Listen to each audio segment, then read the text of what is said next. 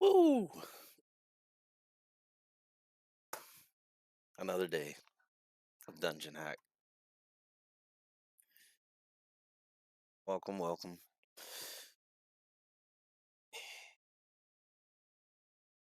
This week's been tough because we are just losing these characters left and right.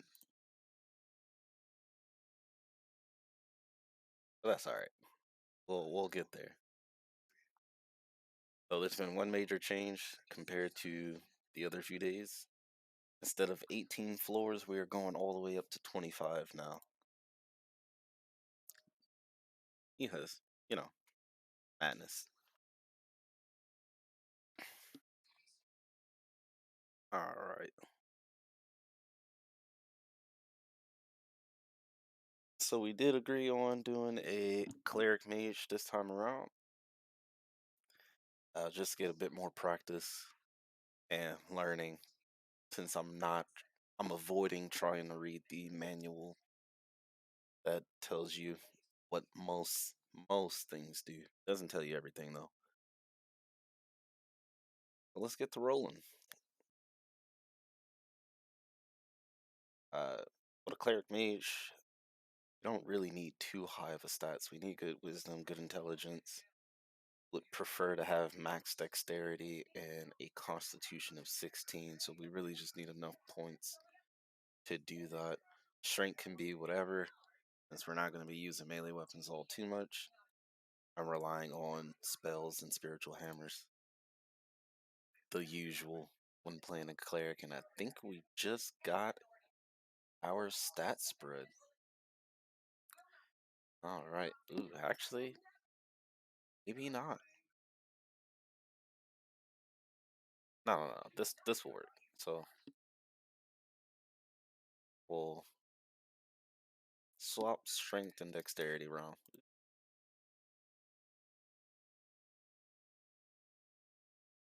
Then we'll 2 points off intelligence. I don't know how much intelligence actually matters. Unlike other games where the more intelligence you have, the more spells per level you can learn.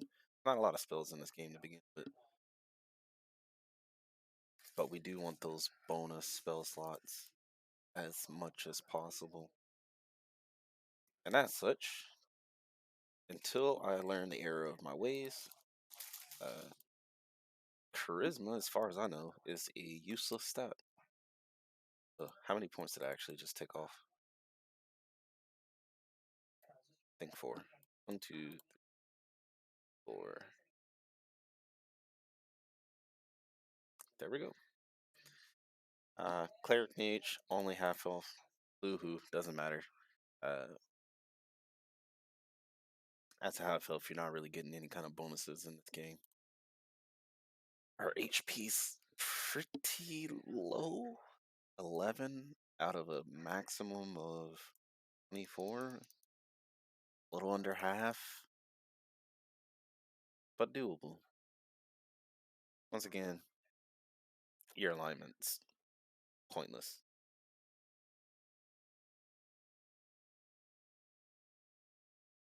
Alright, Cleric Mage. Let's get a good portrait here. This one grabbed my attention.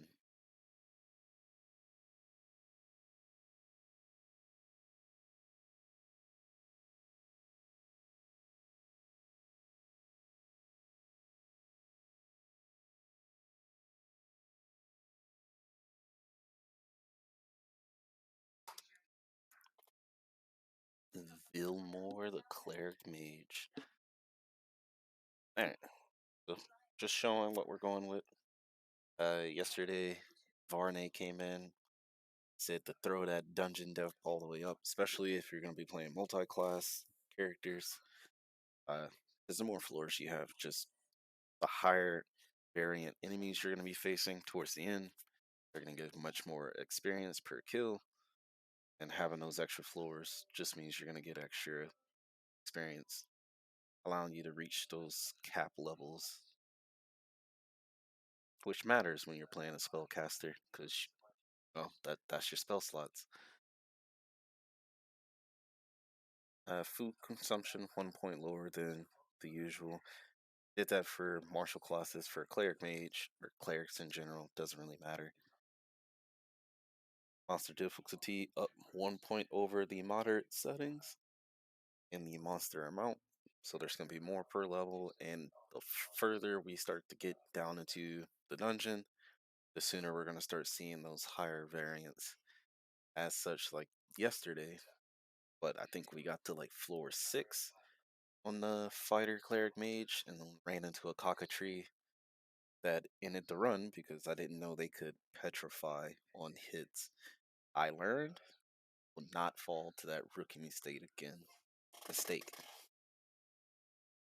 Also, Varney recommended the treasure amount high, especially when playing on a mage, because unlike clerics who know all of their spells, mage does not. And having that treasure amount up means you're going to get those scrolls that you can actually scribe into your book. If you used to play with default settings, you're not getting a lot of scrolls. You're not getting a lot of anything to begin with. So yeah, that hurts. And as always, no water levels because they're just pointless. Just like illusionary walls, in my opinion, pretty pointless. But I'm gonna keep it on because I've already changed all of this up here.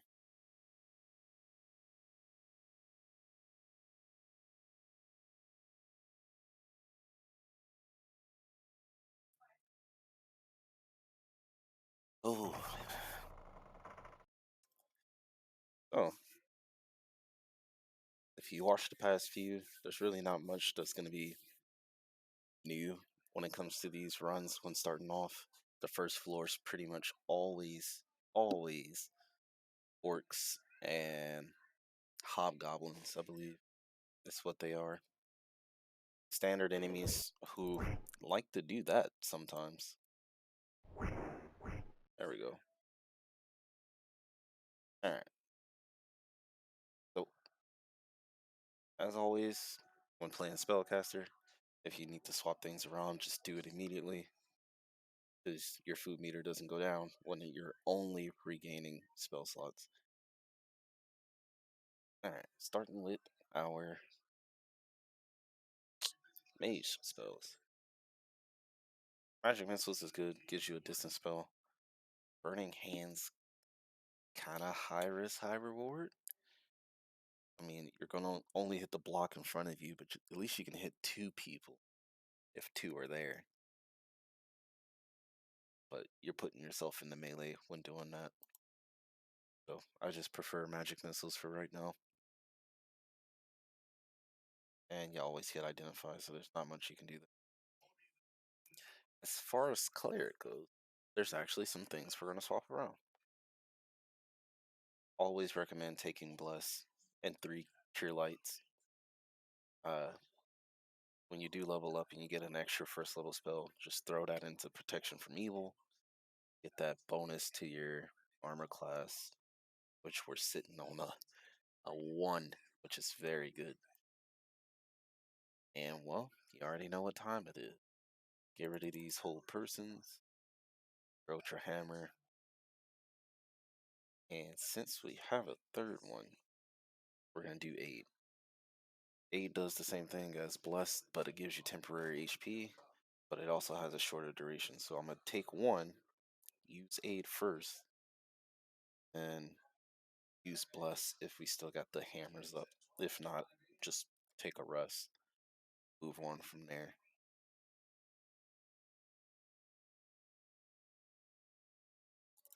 So that out of the way. Put this over here.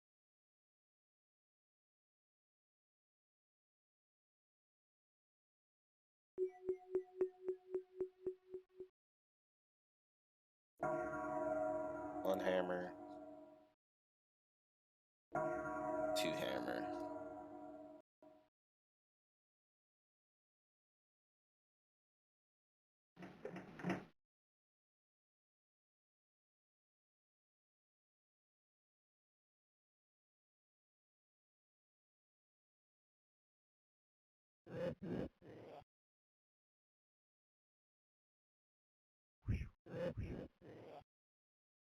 Uh, if you are doing a cleric mage yourself, there's nothing wrong with using these mage spells early on. It's just the fact that you only get two of them, and well, well, two to three, and that's really about it. Before you're out of spell slots, and you probably need to rest again, which is something that I've been trying to avoid when playing a mage. Just feels wrong. Like, oh, let me cast my two to three spells, and then oh, let me immediately take a rest. Two, three spells, take a rest. Whereas playing as cleric, your spiritual hammers are lasting for 4 or 5 minutes before you either cast them again or take a rest to get them back. Anyway, uh,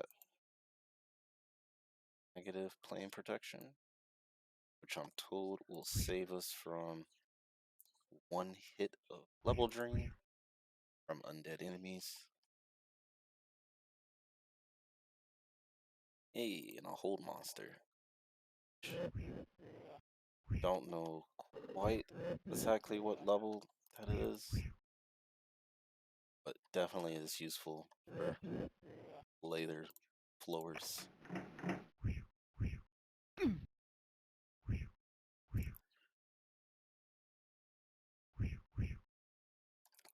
Oh, oop, other enemy.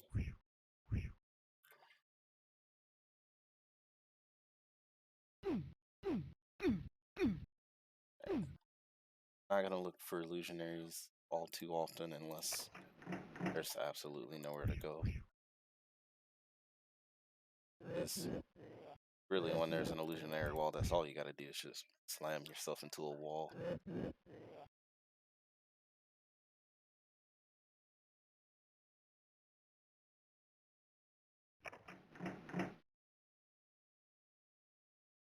But as always, cleric gameplay, real hammers. It's pretty much how you survive.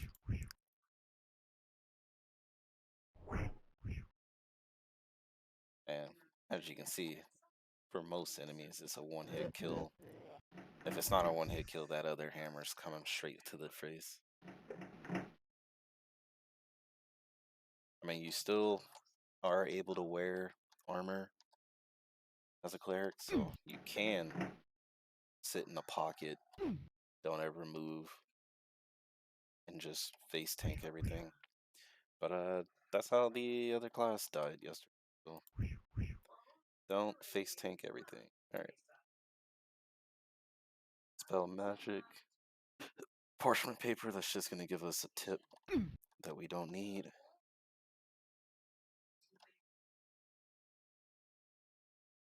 Uh, as far as strategy goes,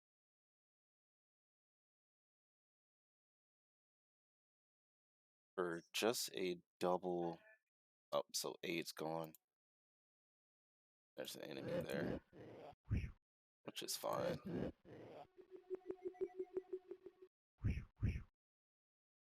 Like I was saying, as far as strategy goes, not much is gonna be different. Um, get cleric to level 5 as soon as possible. With treasure loot all the way up, it's gonna be looking out for mage scrolls so we can get them in our spell books. Spells that we really want is gonna be haste, as but haste you're able to attack faster. So if we were getting our hammers back immediately, the time to throw it be reduced. Or if we ever decide to go full melee, which we shouldn't, uh, it would help then too. Oop. Oh, wrong key.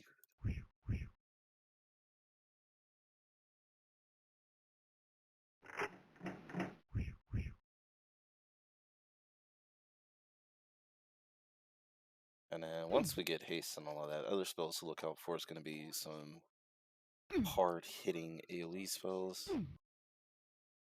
Um, Fireball, Lightning Bolt, especially Lightning Bolt because it travels down hallways. And there's going to be plenty of times when enemies are like back to back to back, sitting in a hallway. And let's see our map. Couple of doors we're missing. These four, here and there and there. So if the stairs is here, we're looking at the exit being up here, down here, right about there-ish. And we'll see. Could be seeing the boss soon. Spiritual hammers out. More cleric spells, a little bit of food. Uh,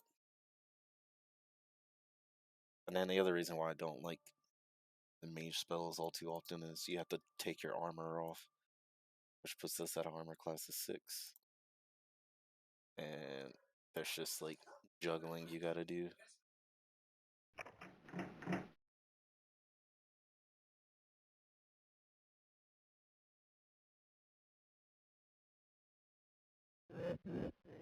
Like, you almost hitting myself with that magic missiles right there. Because I needed to immediately move forward.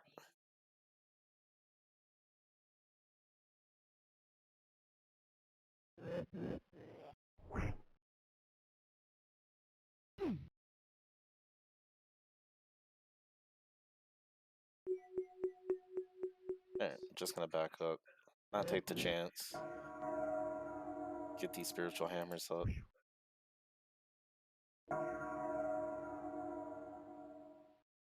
Because I really do want this. And there's the boss. But I really do want this character to, you know, make it deep. Alright, there we go. Got a cloak. And a nice 2 rings. You will identify. Ooh. And if he was here, the door is either up here, down there. It's got to look for that key. Oh, there it is. All right. Let's take the moment to identify these rings. Take the armor off. Ring of Wizardry. If that is similar to its Baldur's Gate equivalent, that's pretty big. Gives us double the first level spell slots. Let's find out.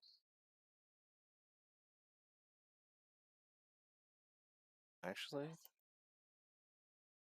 so it's not giving us bonus spell slots.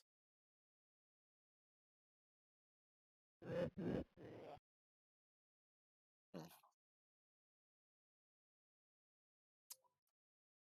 Guess we won't know.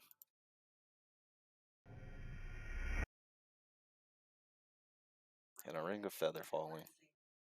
Which that one, if it works the way that I think, if we fall into a pit hole, which is possible, we shouldn't take damage from it. I really want to know what this wizardry ring does. Alright. Oh. Because I know enemies can appear immediately when you go down some stairs. Just gonna go ahead and get the hammers up. As always, privacy protection.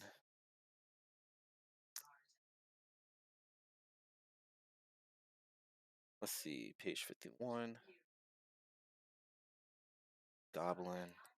If we're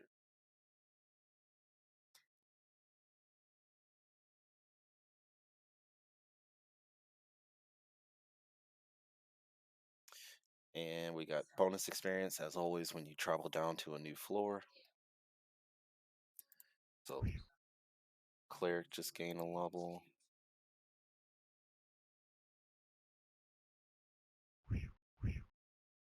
Still got hobgoblins and troglodytes. There. Oh, forgot to identify the cloak. But we can do that afterwards. Next time we need to rest.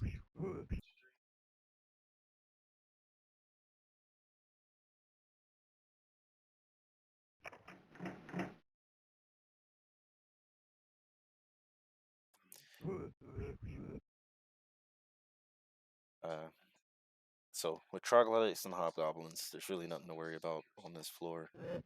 Kind of surprised that it wasn't undead since the boss was undead, but we'll take that as a sign of good luck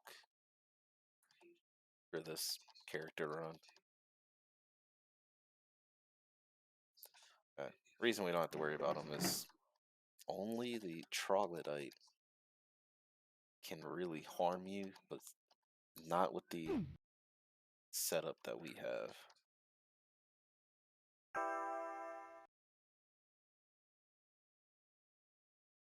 Mainly because it can drain strength, but we're not really using strength right now.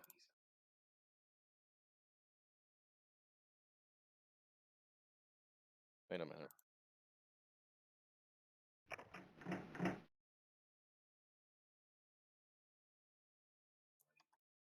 Alright. Magic missile trap, so we're gonna wait till it shoots again. Another cloak.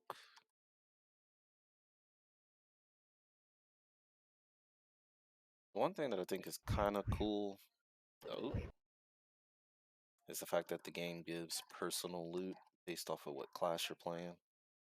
Uh, for example, if you're playing a fighter, you typically won't see scrolls. Class isn't really capable of, casting spells. But when you're multi-class, then you'll start seeing them. But like a fighter will keep getting weapons, armors, shields. It is possible to get lock picking as a pure fighter.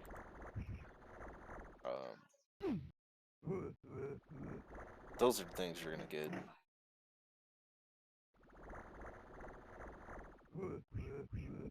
So, and then there's things that are just common for. Could have sworn there's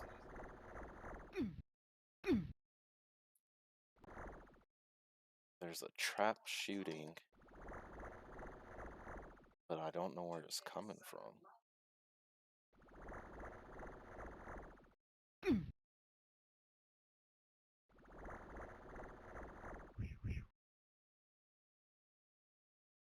But yeah, with personal loot, kind of helps out a lot. Alright, aid has gone away. That's fine.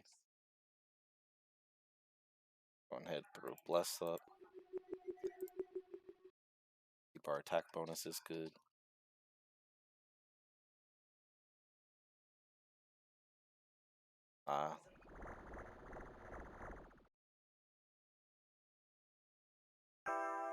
So let's see. Gotta go all the way back because we probably got a key for another area. But I think this is a good place to do some identifications.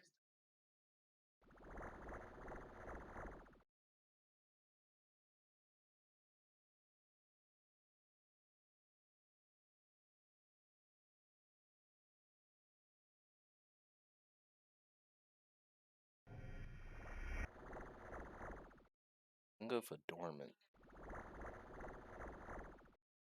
Don't know exactly what that does.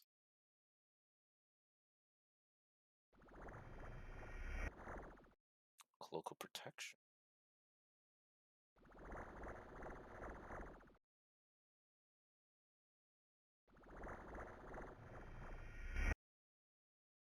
Another local protection. Alright. If we do that, we have an AC of 4 versus an AC of 1 when wearing armor. Hmm.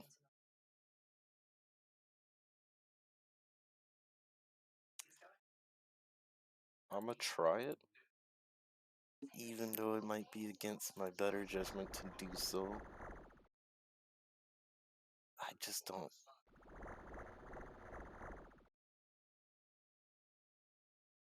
Well, the adornment ring isn't cursed. I just don't know what it does.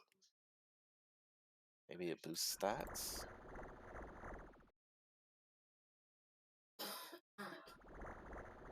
Yeah.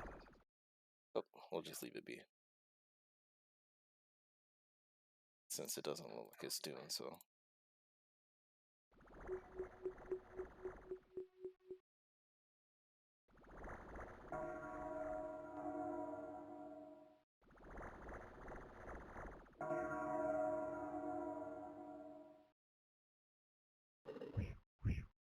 Ooh, right in my face. And let's see where we need to go. Up, left, left. Can figure it out from there.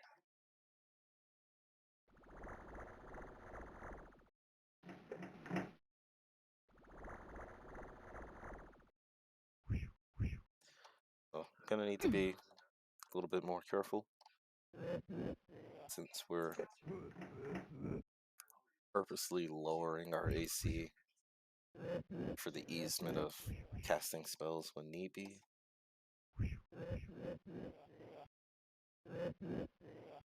Roll of Shocking Grass. Got a dart. Morning Star.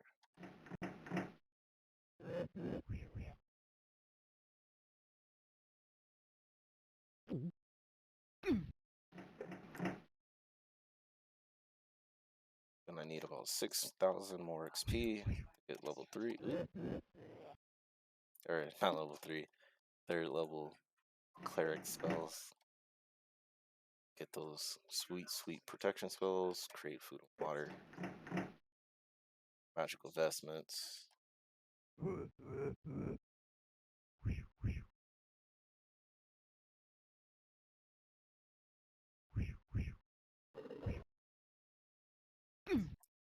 Make sure to keep 8 up at all times when possible.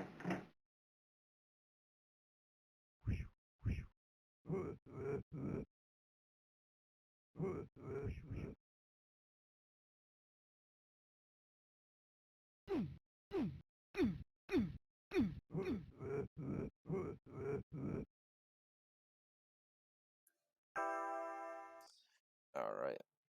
Looks like it's gonna wrap around that way. This comes over. As always, stairs are here. The exit's gonna be nearish opposite.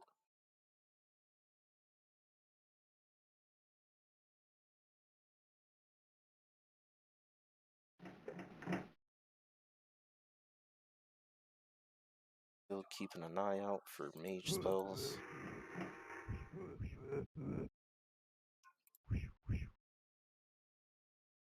Once we get enough mage spells and spell slots, can reduce the whole akimbo dual wielding spiritual hammers. Actually keep the spell book in the other hand. Oop. Did not mean to hit myself. Oh god.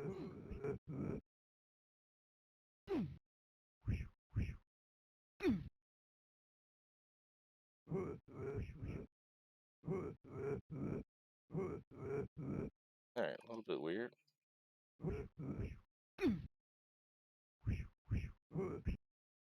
Alright. So, a little bit of misplay on my part. Strength got reduced, but that doesn't matter.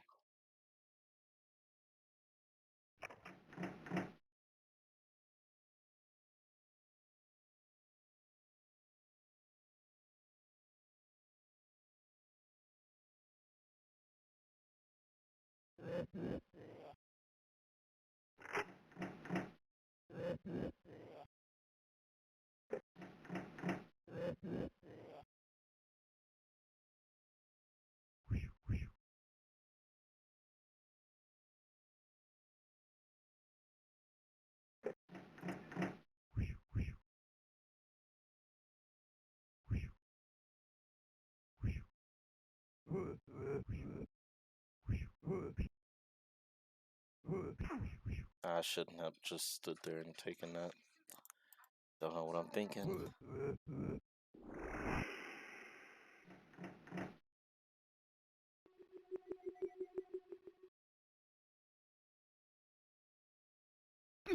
Uh, Cubby hole. That's far.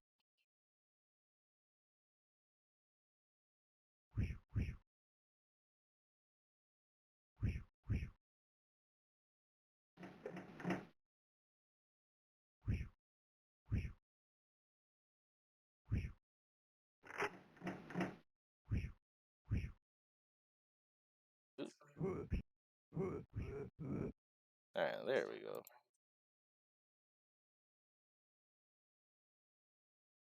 So, gotta keep an eye out when entering these large rooms.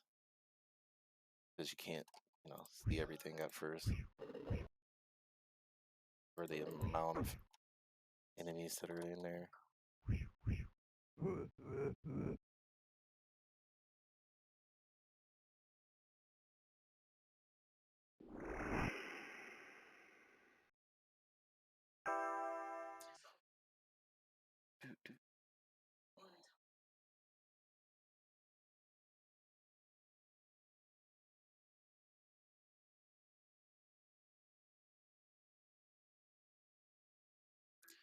Another cloak.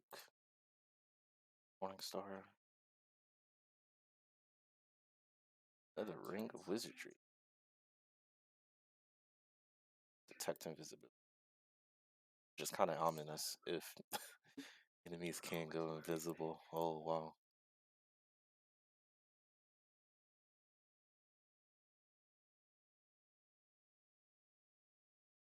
Hmm. I really want to look up what these rings do. So let's take a moment, since I have no other way of figuring out.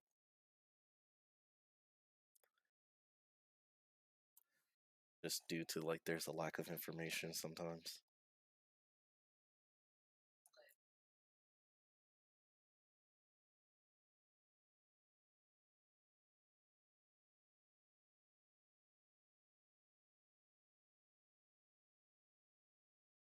Doubles the number of spells a spell level.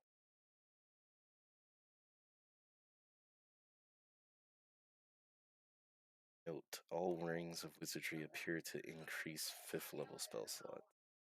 Ah. Hmm. Maybe there was supposed to be one for each level.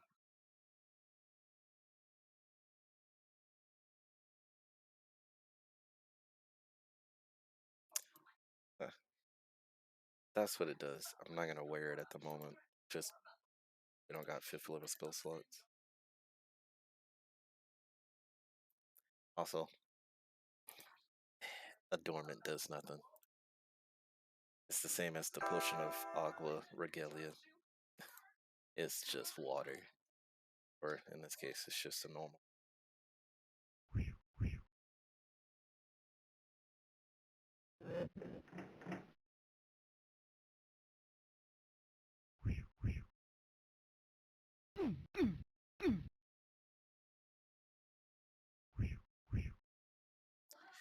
Alright. Weapon that I'm not gonna use. Level 2, pretty good so far. Lucked out on not having undead enemies we have to worry about. Cloaks of protections are always good.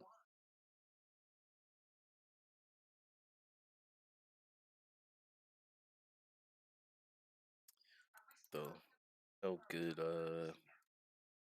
spells so far for the mage. But we can take the moment to figure out this book.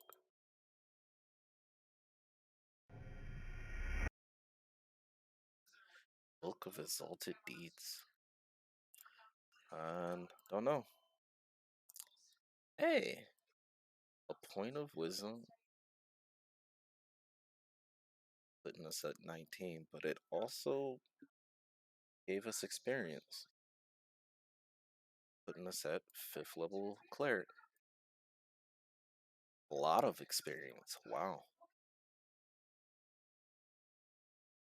Assuming that these two values were equal, just jumped us up 12k. That is that is amazing. Gives us a bunch of spell slots to mess around with now. Uh, and also the 3rd level slots.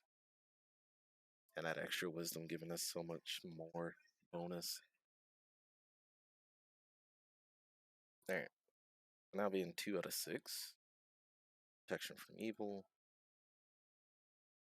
Light. Since our HP values aren't going to be extremely high, the 1st level spell slots for Cure Light do just fine. Our 2nd level goes. Until you actually start seeing elemental stuff, you really don't need these.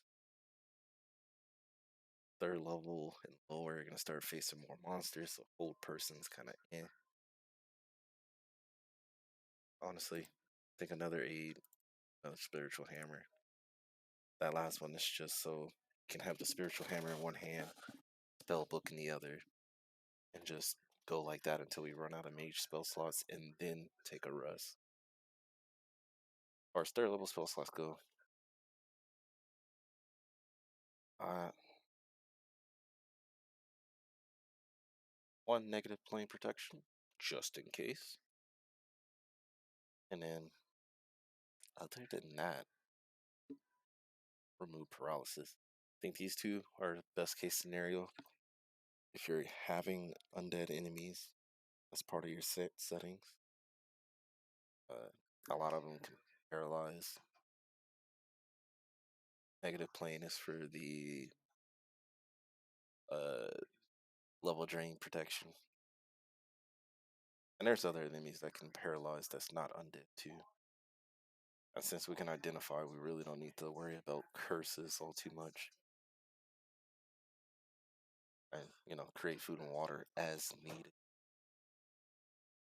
But no need to prepare it right now.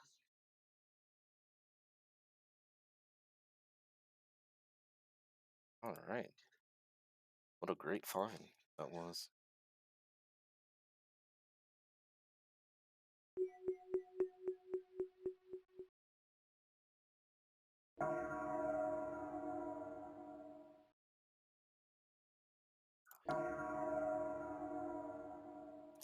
Once again, the cleric class is just gonna have to carry everything else.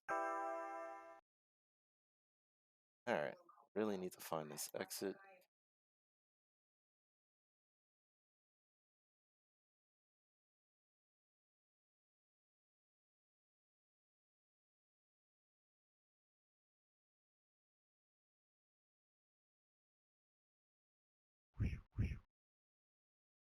Alright. Oh, ooh. Walked into it and died. Nice. So, as always, I'll need. Oh, there's the boss. Alright. Cure Serious. Keep that re-healing. A ring that to be identified. It's the exit. Alright. Quickly do this.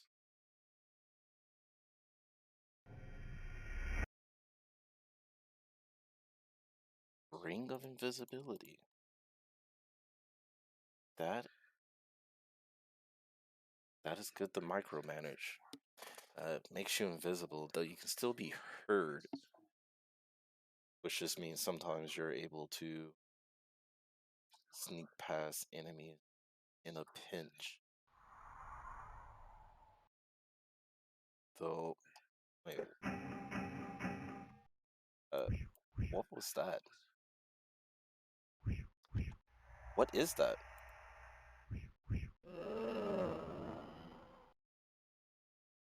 I've never seen that, unless that was just a graphics bug.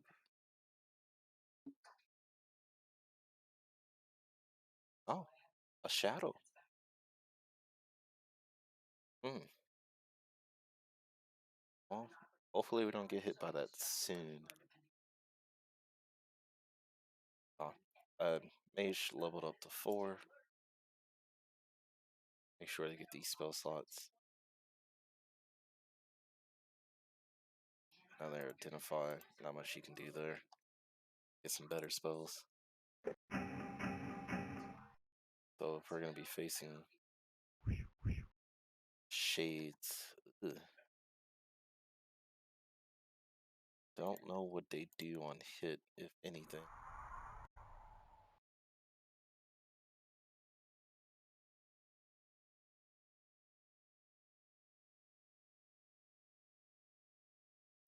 What a weird sprite too. Pure black.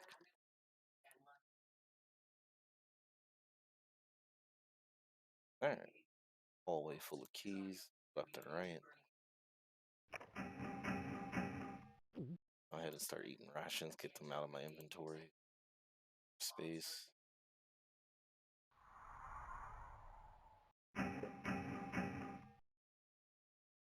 Oh.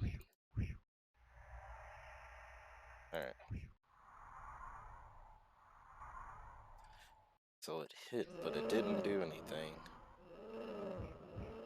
So maybe we passed our save, or maybe it's because we have 8 up, giving us extra,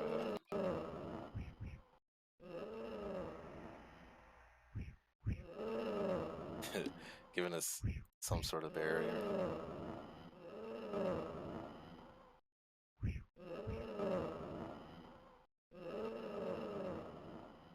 Oh, undead is hungry, won't stop.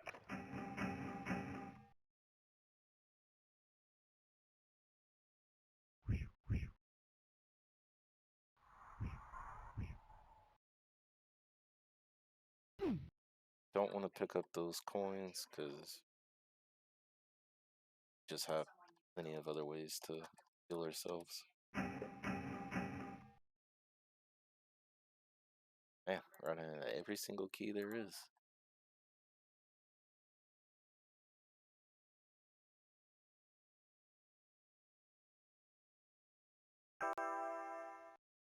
So, still level 3, or floor 3.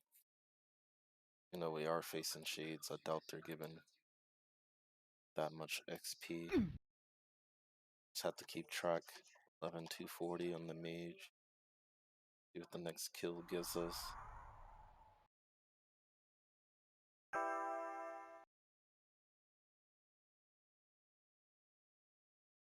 Oop, trick wall. Only way to notice is to actually keep your eyes open. Kind of flipped us around there.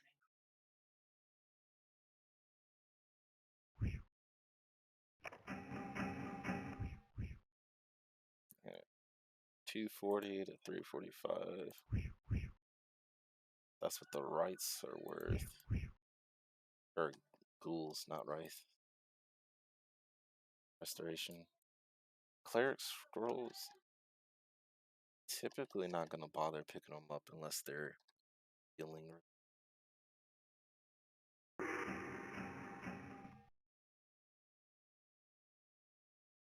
Only because they just take up so much space, and a lot of them are situational.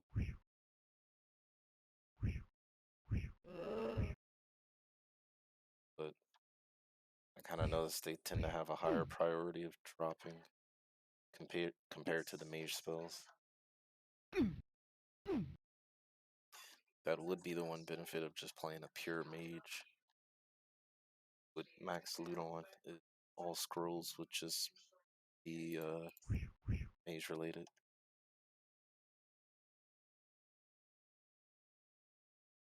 Fear can be good.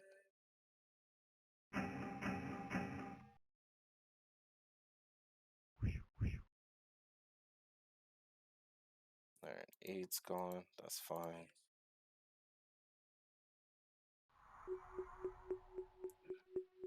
If we lose the temporary health, I can't cast it again. I actually have to wait for it to expire. which it's unfortunate because want those temporary HPs as soon as possible. Waiting for this hill to be over.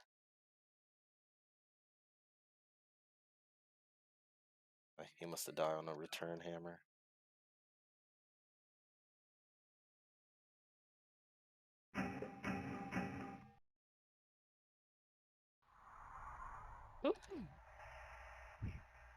So we were at 12. I give about roughly 300 XP on the shades or shadows. I would assume that they have strength drain. That's what they are in like every other game that's second edition related, or just really D&D in general. Shadows hit you and take a lot of strength off. A lot. I know in 5th edition it's like I think it's 1d4 strength drain. That kills if your strength falls to 0.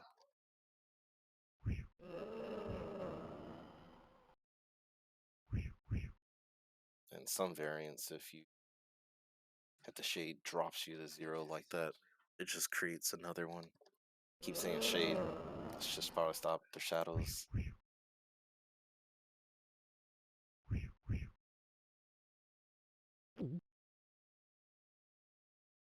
Alright. Oh, no, no, no, no, no, no, no, no. This is bad.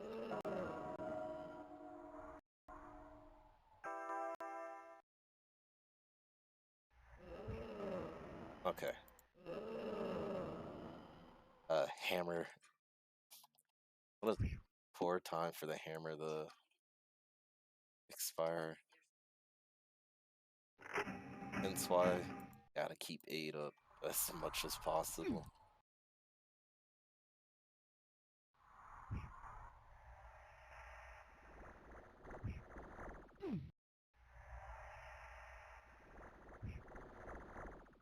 Don't know why I sat there and tried to tank that power word stun.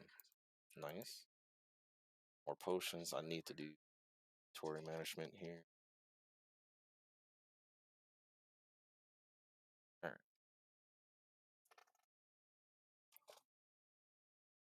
So we got rings of visibility, wizardry, and another cool.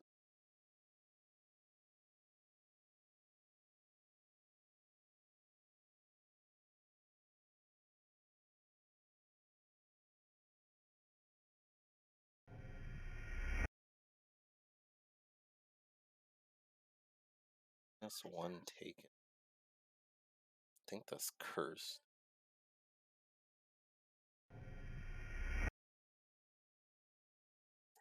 Fire resist. Alright. There's some pause and adjust my inventory. This. Keys up top. Anything that's key related.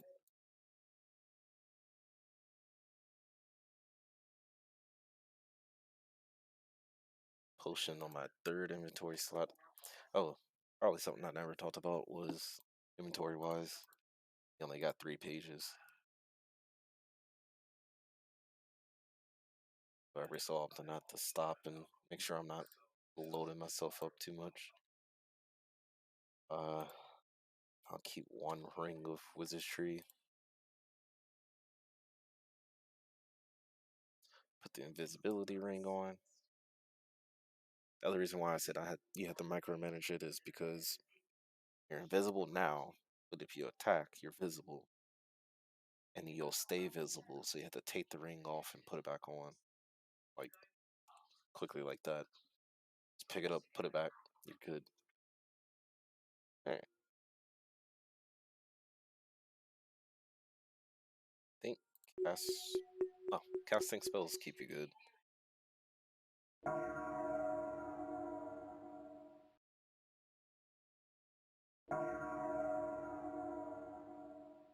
Just remembered. Gotta throw up protection from evil. Alright. We should be getting close to the exit. Probably gonna be like here. We have to figure out how to get there.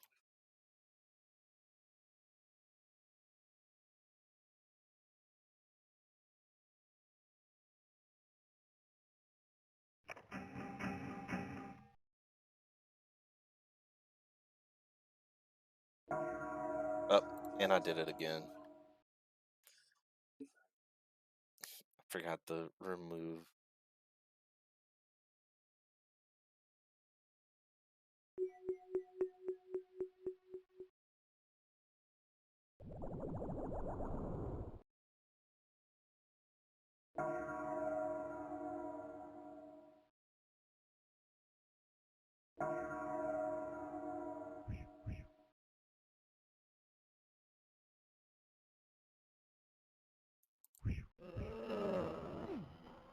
Another restoration. Don't really need it. Pick up the wand just in case.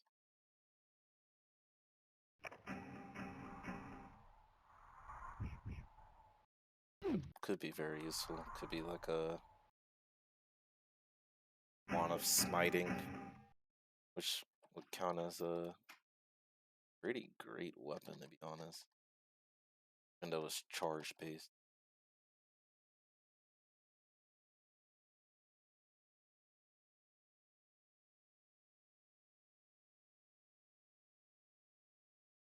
Alright, go up this long hallway. Now that we got the right hammer. Something else that I probably could have been doing, but not worried about it all too much is ooh, clicking on grates to see if they're trapped. The reason why I don't do it is even if it was trapped, they don't tend to do all too much. You take a little bit of damage and that's it. If I was on low health, oop, yeah, if you're on low health, you should probably do it. Be one heck of a way to die. Level 6 on the cleric.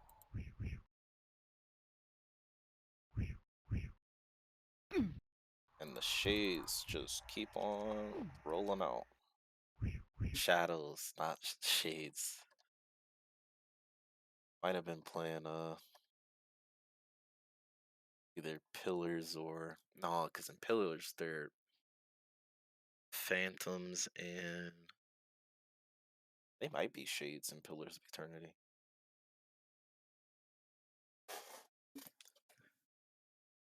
Alright. Level 6 in the cleric. Just more spell slots.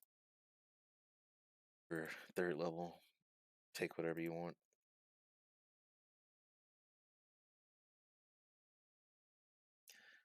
My recommendation.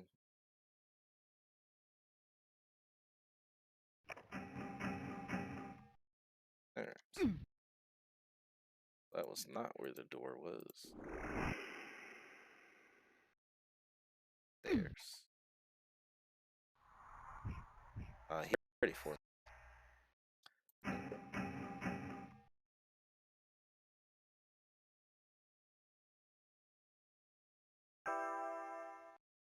Okay. So that's just one giant room. Here from there. Yeah, stairs.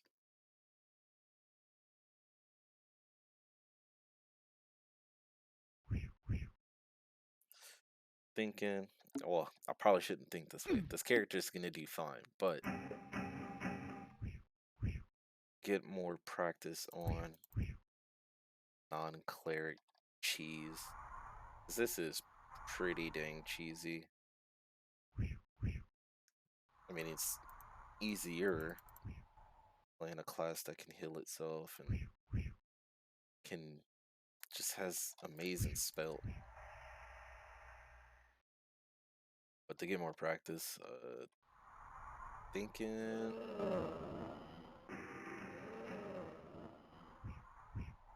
some pure mage runs. Only reason why. Oh, no, no, no, no, no, no. And we ran into the boss. Okay. Keep them kited.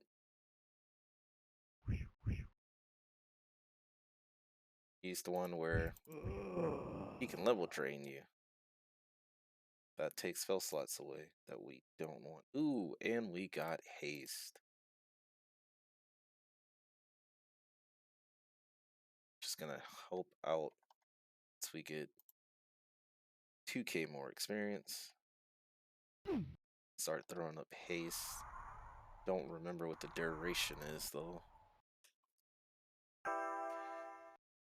But being able to haste is a pretty big deal. If the game could keep up, you're moving faster, you're attacking faster.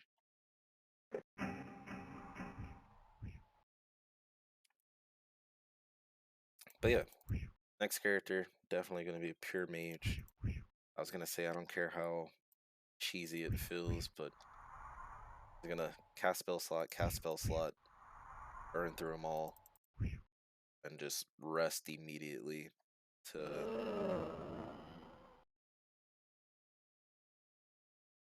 an apple. That's a first. I think it's supposed to be food related.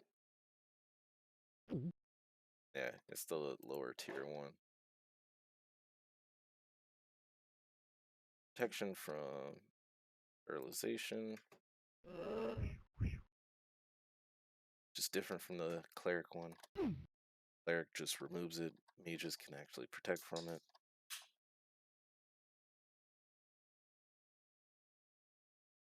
Parchment. Alright. So we did level up as mage, got our 3rd level slots. Though only one of them, which is fine. Get haste. That's big for us. And another 1st level spell for magic missiles. I mean, again, Burning Hands, Shocking Grasp will do more, but Magic Missile will keep you safe. Its range, and if it doesn't hit the first person, we'll keep traveling in that straight line. So if there's 2 enemies lined up, maybe you kill the one behind. Maybe you don't. Miss both. Just keeps flying off in the distance.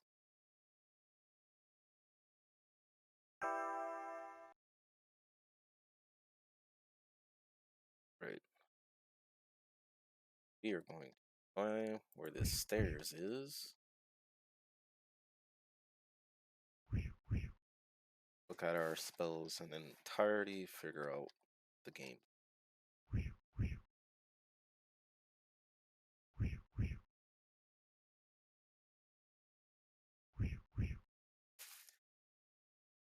Don't know why it hasn't been happening as much yet, but typically the boss that you see for your current floor is going to be the main enemies for the next floor. So we're going to be facing level drain creatures. It's going to be nice to just go ahead and have that negative plane protection up, ready to go. So that's what we're going to do. We are going to get rid of remove paralysis. Just take the 3 negative planes. Keep everything else exactly where it's at. As far as mage, magic missile, magic missile, magic missile.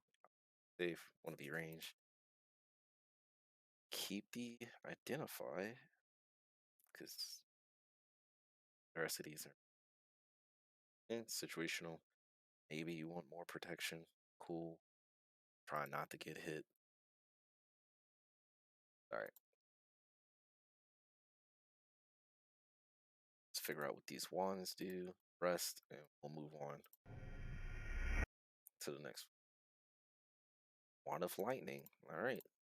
Cast Lightning Bolt for us. Got a lot of enemies.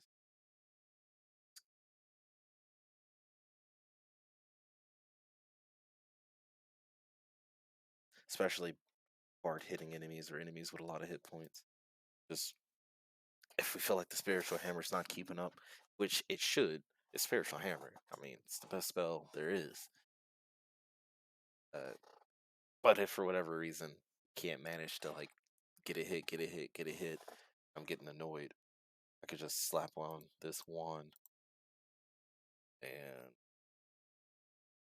just spam it. Just spam it. Luckily for us, this isn't like Baldur's Gate, Lightning Bolt, or some of the other second edition games, I think, where lightning bolt can bounce off of walls and actually end up killing you. Glad we don't have to worry about that. It's always funny seeing it in Baldur's Gate, uh,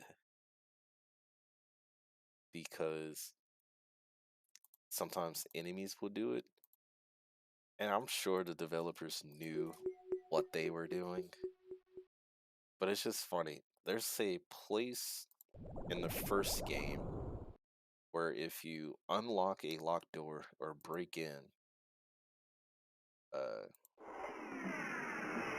you end up running into enemies like that are all spellcasters,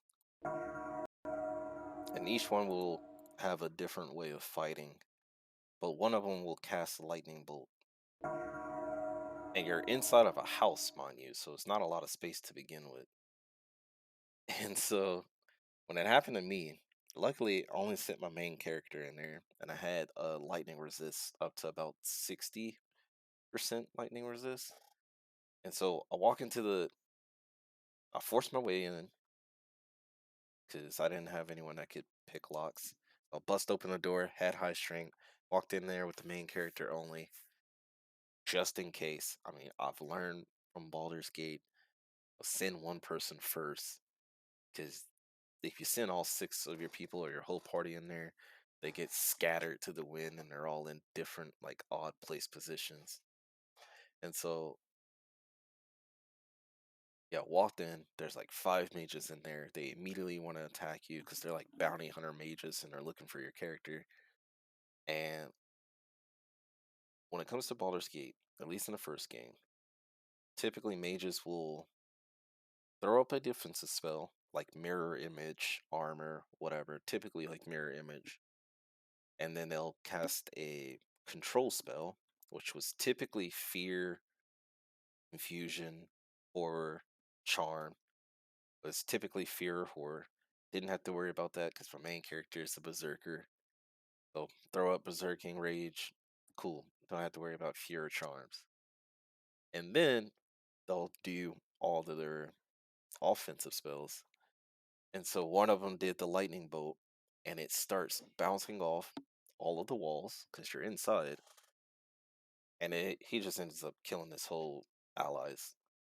I only took like 2 hits for total of 10 damage because of lightning resist. Glad I had it. But yeah, the dude just kills like his entire allies. And I just walk up and just start beating them in the face with dual flails. And granted, since he killed him, I didn't get the XP for them because they were worth a lot. They were like 1500 XP for each kill, but I only got credit for one because he killed his own allies.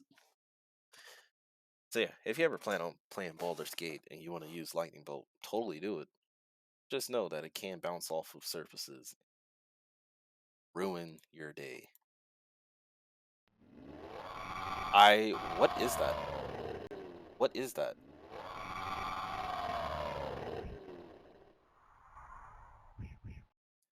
Oh, it's a gargoyle. It's a tanky gargoyle.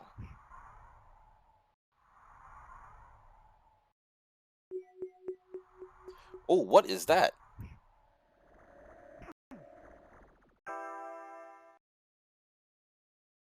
Okay, I accidentally clicked on the map. Glad, glad I did though, cause okay, there's a gargoyle. Cool. I don't know what this creature is, but it just casted magic missiles.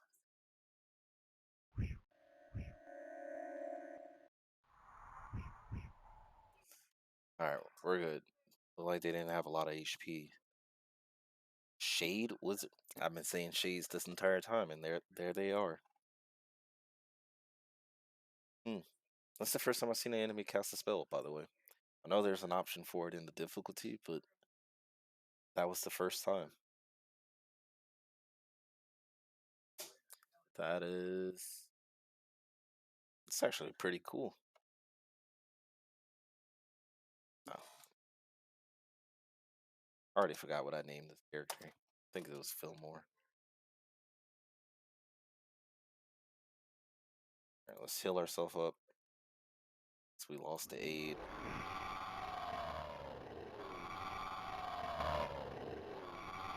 Wow.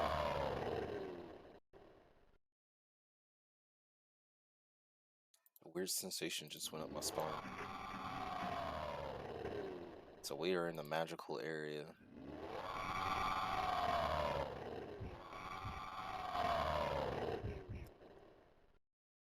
After this, I'm gonna do a quick sound check because for me, that's their screams are like oh so loud.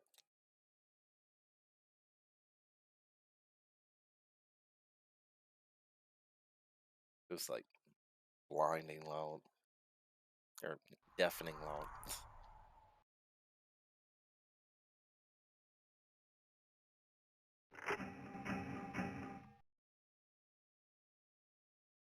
At the next stream, adjust the sounds of everything.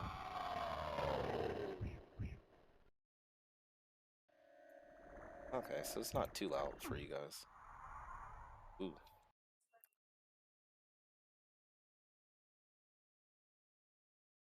Though these shade wizards, if they keep doing that,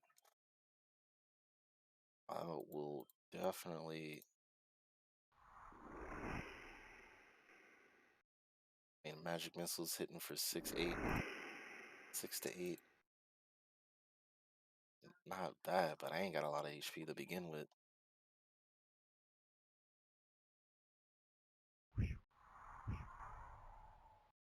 Oh, looks like they're not doing it from too far of a distance. I still have haste up. I don't think I've seen the. Woo! Dodged it. All right.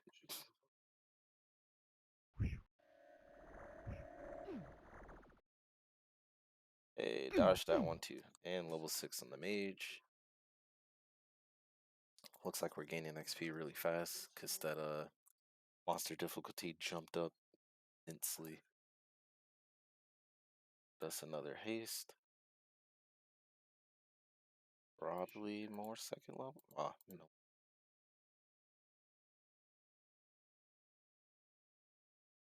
Oh, there's an enemy behind us.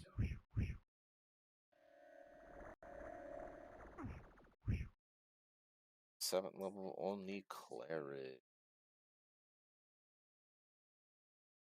So 4th level spells, 3 of them.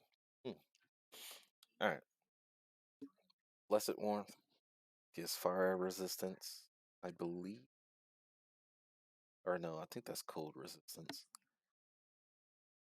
Free action means we can't be paralyzed, held, all that good stuff. But we should be able to still cast haste on ourselves. Hopefully it doesn't act like it does in Baldur's Gate. Or if you have free action on yourself, you can't be affected by anything that affects movement, which includes haste. And that's bad. Then we'll take some here serious. Alright, 2 level ups. I think it's worth resting here.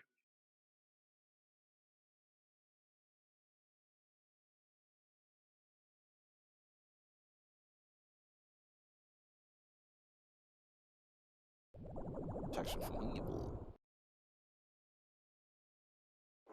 Negative plane.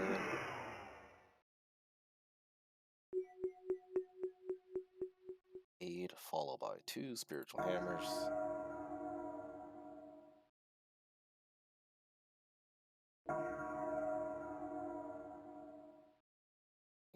And haste.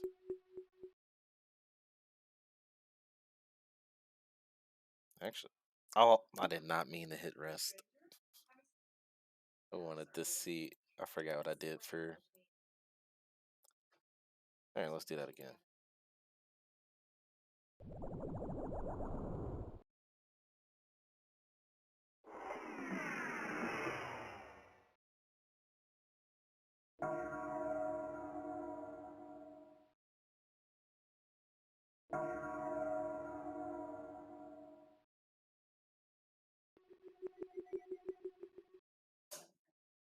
So, gonna slowly creep forward while doing buffing. Hopefully, I get better at multitasking like that.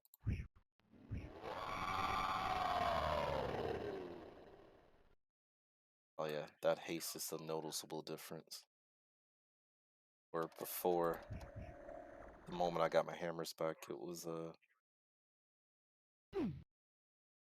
had to wait a couple seconds. Now I'm getting them and I can throw them again immediately. And gauntlets.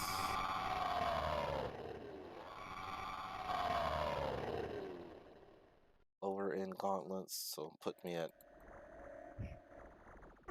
19 shrink. Still good.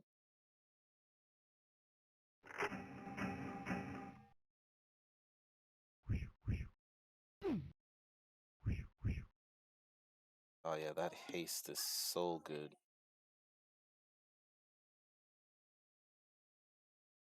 Able to throw and immediately throw again upon catch.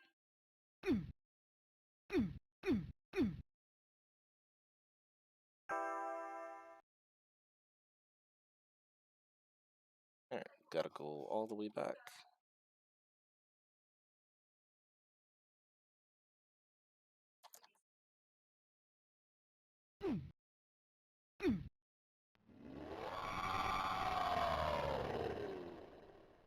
I don't know what that weird tingling is. Comes to like magical traps. I'm just gonna have to ignore it from now. Improved invisibility is great.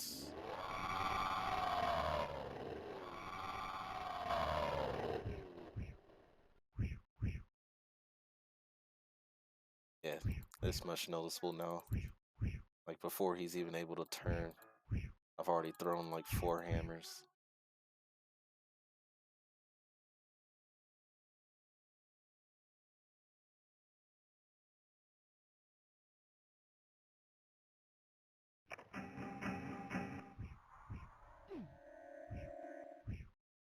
Hey, level 7 as a mage. Giving us more spell slots. 4th level, actually. Man, they are giving so much XP. I might actually have to revise my plan. Because I was thinking, like, okay, we're probably on floor 4. What it told me. I haven't been keeping track. But if we're on floor 4 and they're giving this much XP, but we're already running into people that can cast spells, it's only going to get worse from here on out. And yet we managed to gain like 2 levels, 3 maybe. Not 2 levels on this floor alone. That's big. Especially for like mage, that's big. Because your XP tables, the gaps are huge.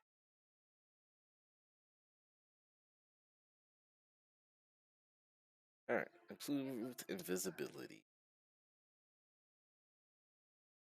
So better than regular invisibility. With regular, you can be invisible. The moment you attack, you're invisible. Spell ends. Improved invisibility, much shorter duration, but you can attack and stay invisible, which is a massive defensive boost to yourself. To enemies that attack you, their attacks are going to be at a deficit. But I am going to consult the manual real quick. Because I need to know duration.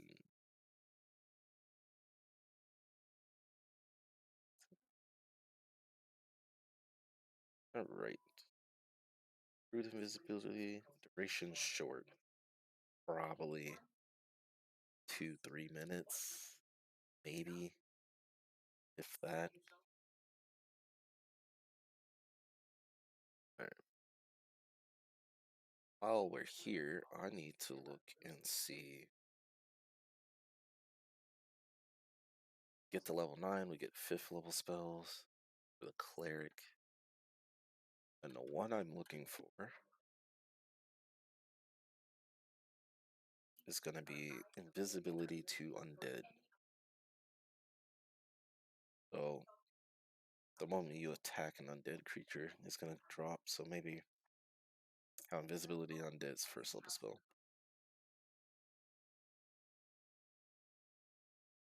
I am not going to worry about that. Also, for a first time, a spell has an actual number for duration. Everything else says like instantaneous, special, permanent, and then you got short, medium. Visibility undead straight up just says 6 rounds, which is 1 minute for second edition.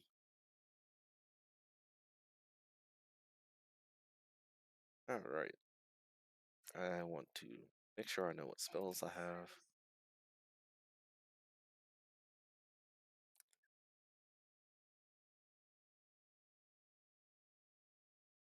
We got an extra second level. Take the protection from paralyzation. Alright. Think we're good for now. Still don't know what this magical trap does.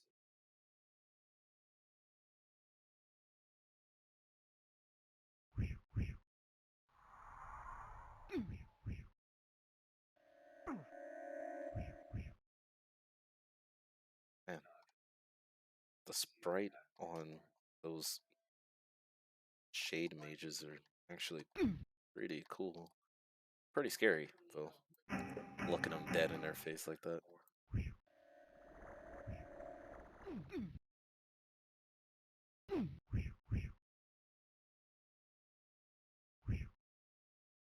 Yeah, get the hammer back, throw it immediately. Get the hammer back, throw it immediately. The haste spell, a large damage boost.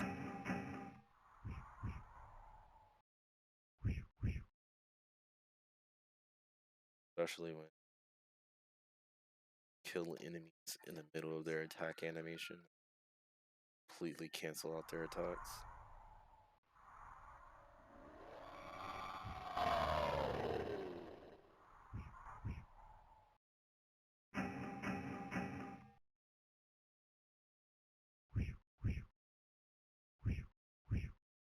Just like that. He's in mid animation and just dies. Oh, that is not where I want to be.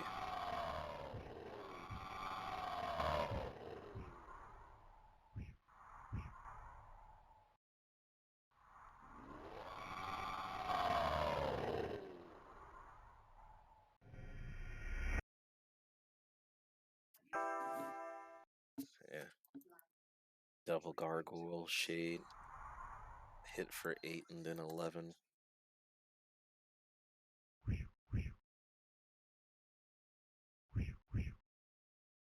Hey, ooh.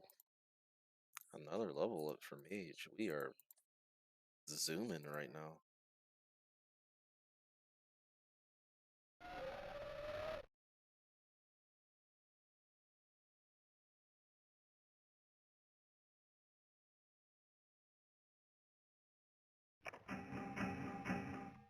I honestly think it might be.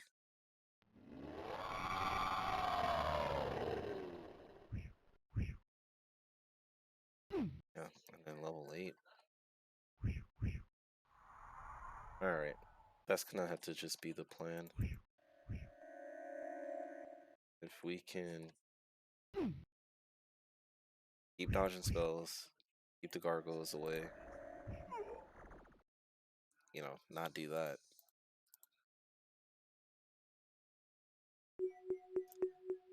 Ah, 8 is still up. Can't get the temp.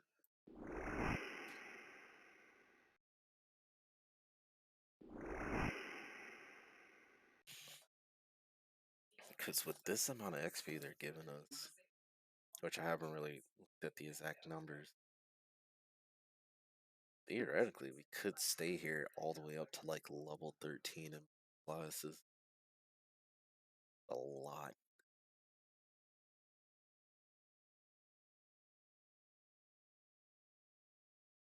Alright. Haste, always good.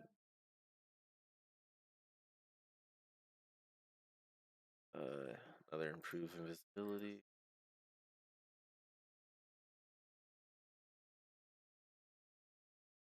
Another. We'll just do the create food reaction.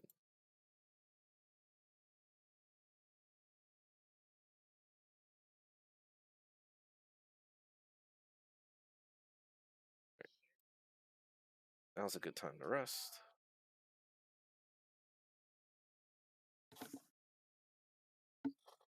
Yeah. Not gonna identify yet.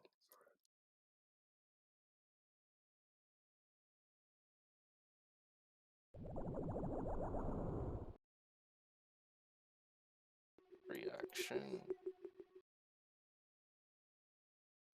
Just plain.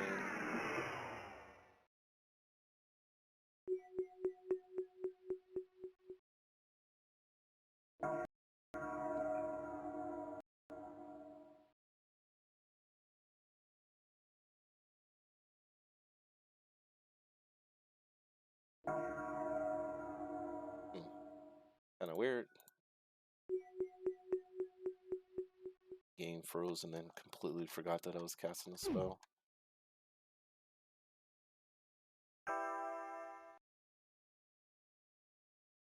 There's a lot of space we have not found. There's something going on there.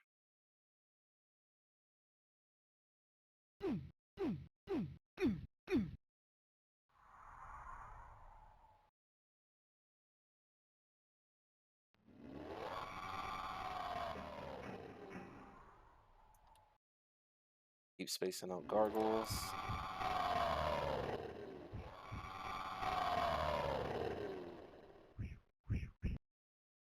Okay.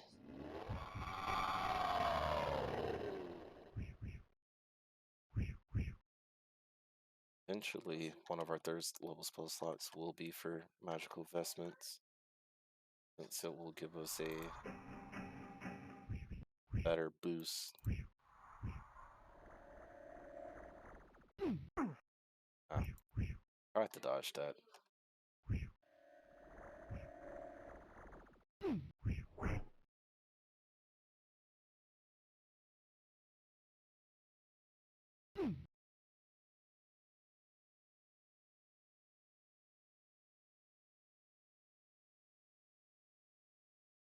Was probably the most deadly right now is going to be taking a magic missile.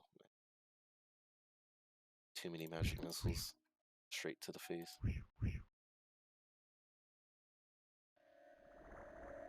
Especially when my game freezes and I can't properly dodge.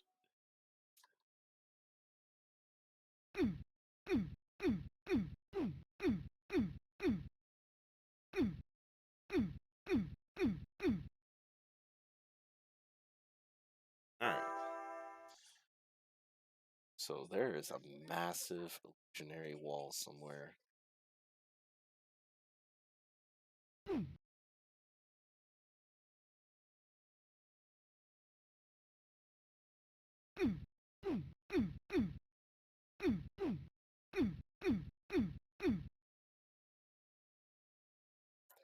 Either that or we're finally at the point where teleporters are a thing. And we go over here and there's one there. Otherwise, yeah, this long hallway. I swear for the next run, turning off illusion.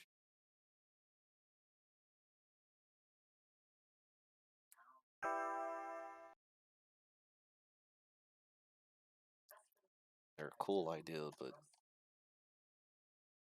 sucks when you miss them all the time.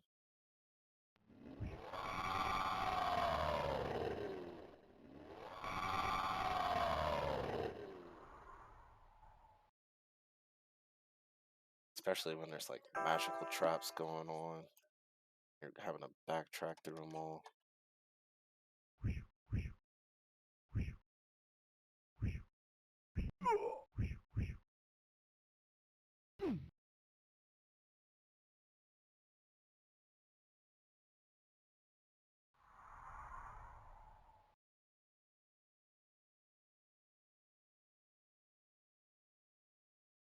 I think that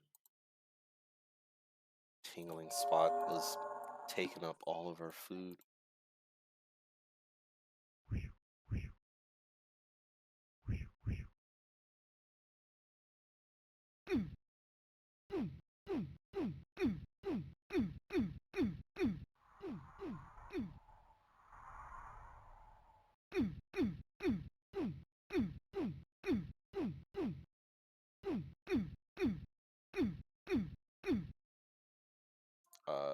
What?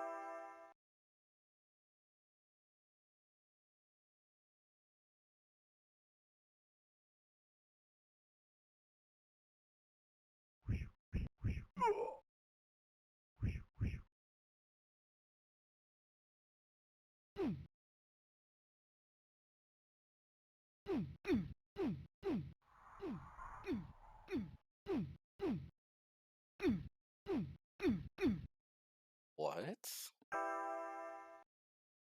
Okay, so double check. But none of these walls are illusionary.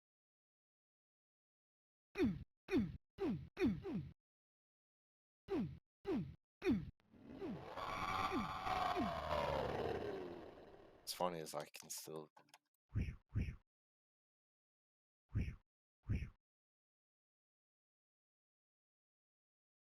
Oh, I'll check all these.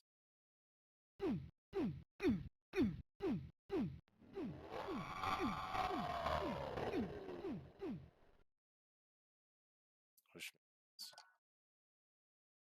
has to be this room.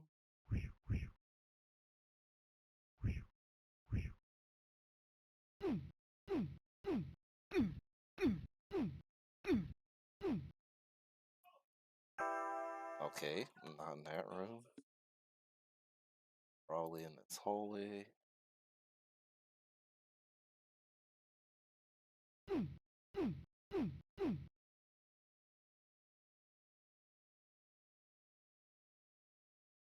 I'm going through this trap without knowing exactly what. It's the part that hurts the most.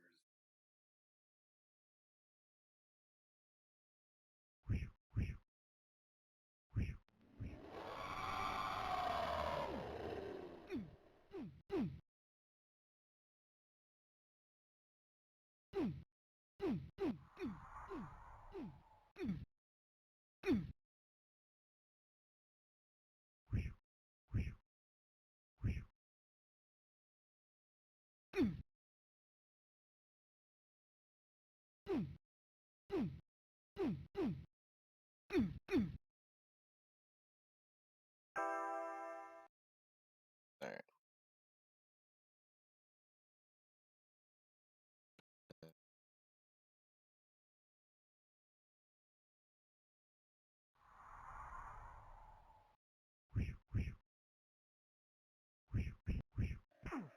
Oh,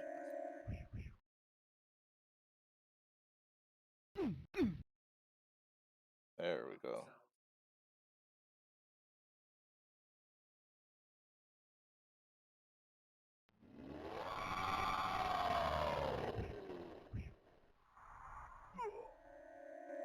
I dodged that, and you know I did.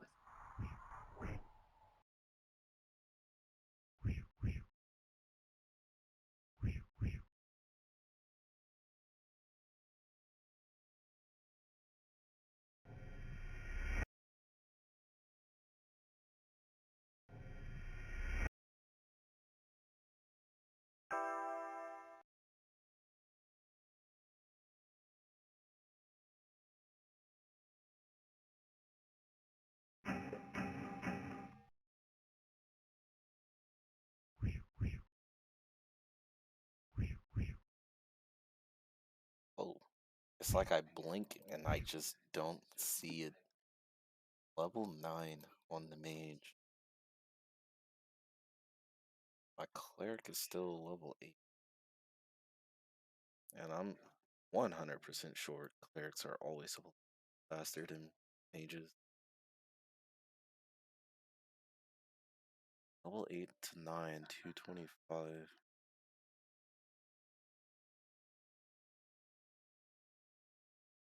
Oh, level 8 to 9 is like the largest gap.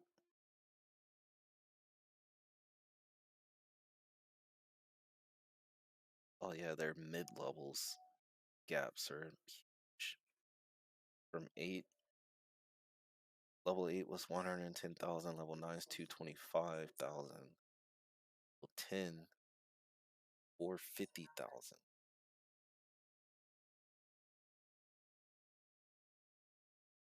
Yeah, so mages in the beginning, leveling up hurts because it's slow. Eventually you start zooming.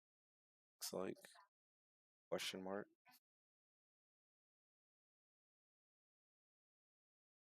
All right, well,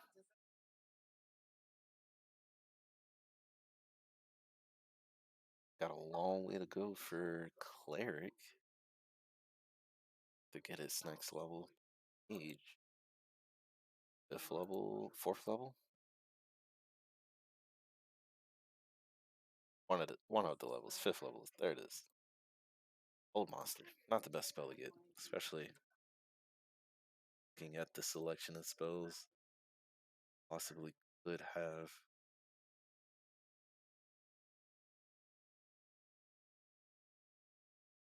like Cone of Cold, Major Missile, Wall of Force. Only got 4 spell options, but one of them does a lot of damage. 2 to 5 points of damage per caster level. 10th level mage could do 20 to 50 points of damage with Cold of Cold.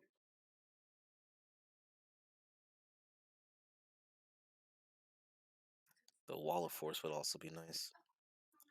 It's a barrier up they can't get through.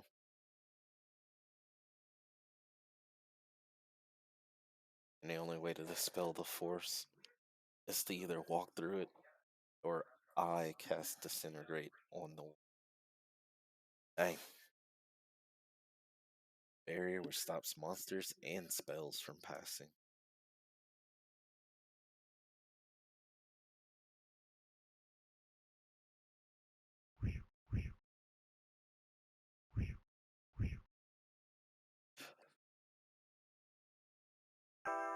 Alright, so that's one illusionary wall. Have to check all of these now.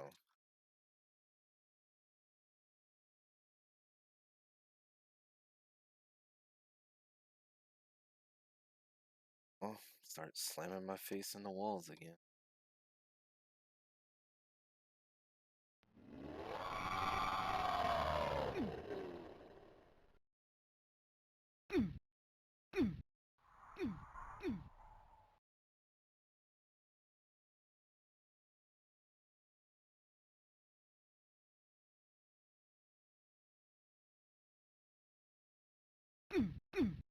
Oh, aid being gone is good. Throw it up again.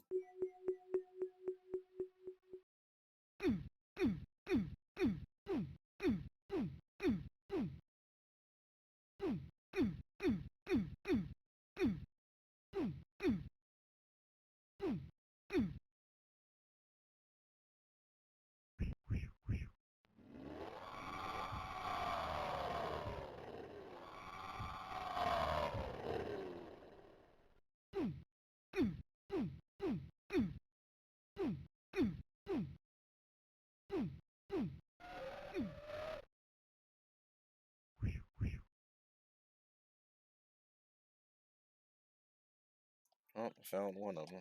Nice.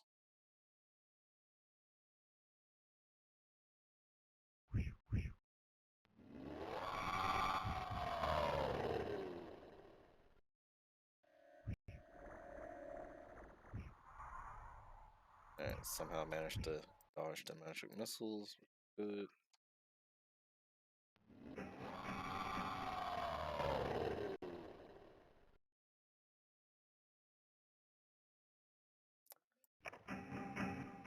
Oop.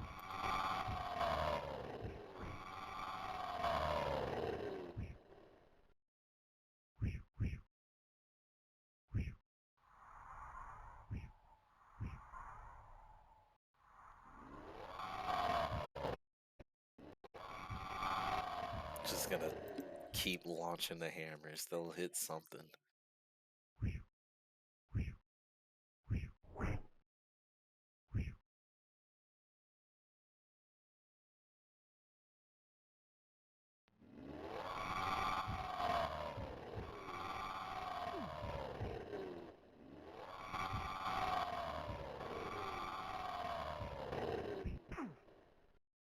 Oh, wow.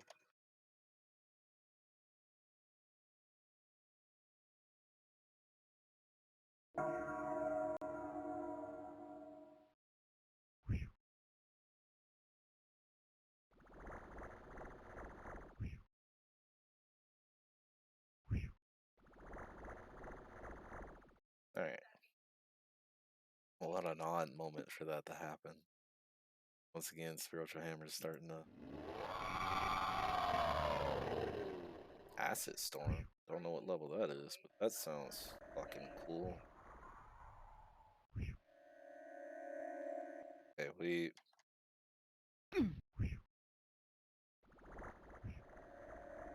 starting to get trapped here, so back it on up.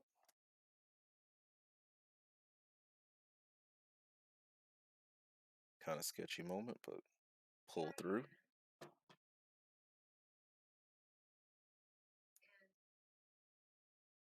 Oh, Acid Storm 7th. That's gonna be a wall.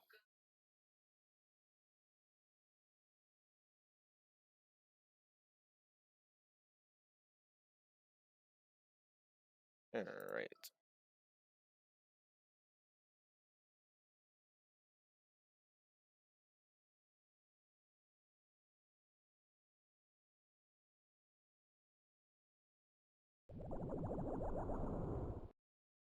Full rebuffing.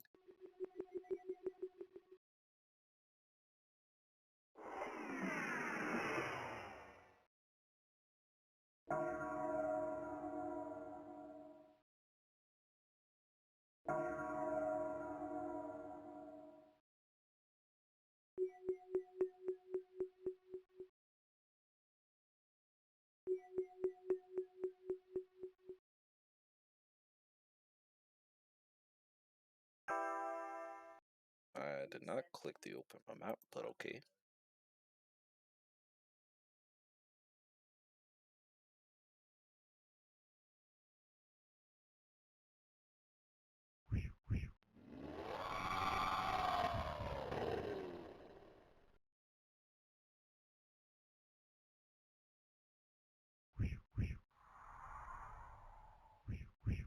Oh man, they were really packed in this room.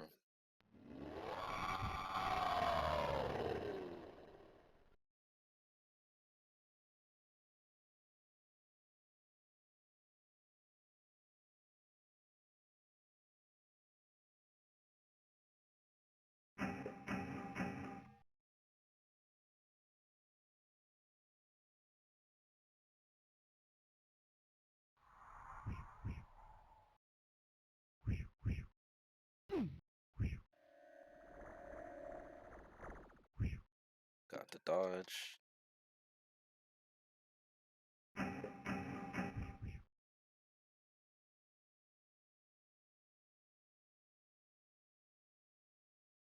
That's odd. Mount the stairs, but no stair boss.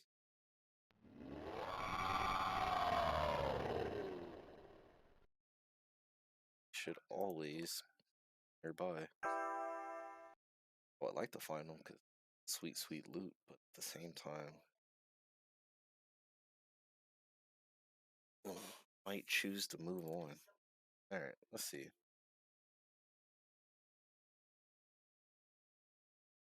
I am going back to the manual to look at these charts.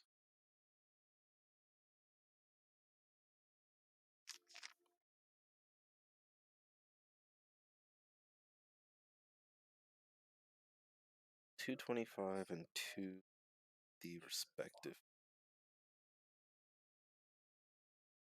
for cleric, and then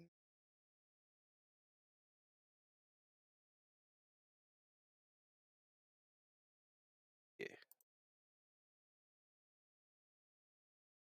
we are just gonna move on.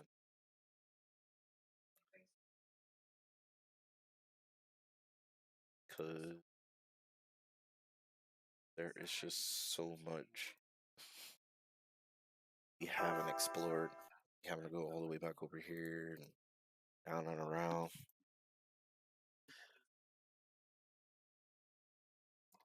And if the enemies were given this much XP,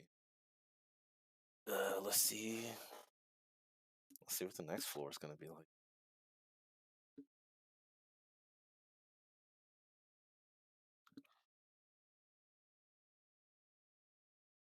Key immediately.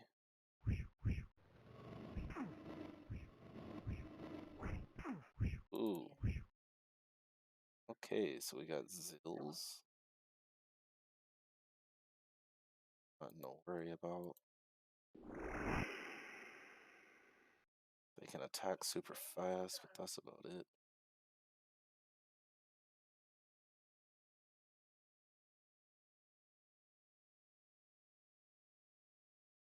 Alright, got a door we can't open. Just oh no.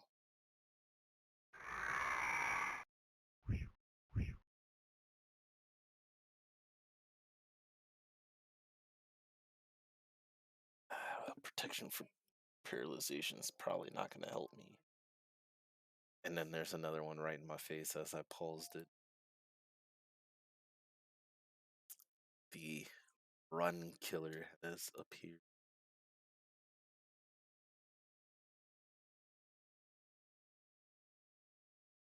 Okay, I'm thinking. There's only so much outranging I can do with them. There's going to be a point where I have to turn a corner and bang.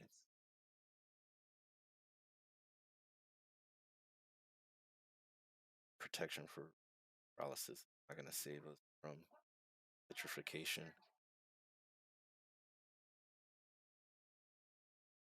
Actually, look, there's some things.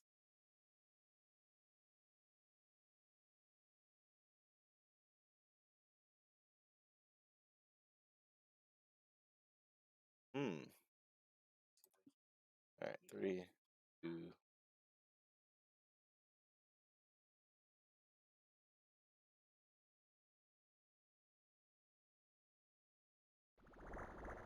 Magic missile, 2 hammers.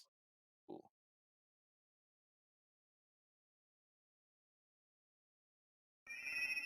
I'm gonna just do it anyway. Maybe it helps, maybe it doesn't.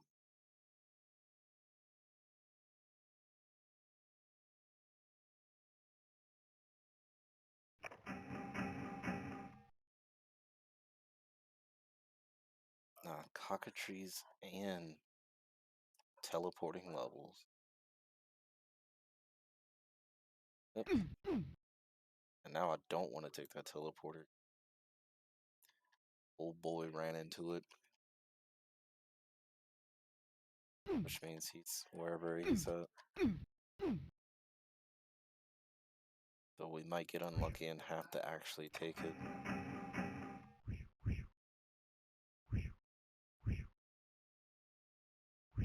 Please die. You're not ruining this run. Alright. Because I know these enemies are here, I do not want to stay on this level. Oh wow, this Zill is super fast.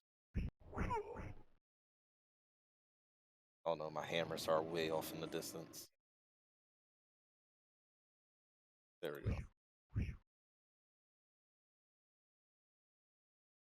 Oh, they missed them again. There we go.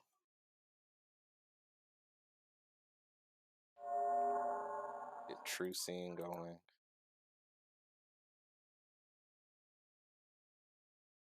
Hopefully it lets me know any illusions are around.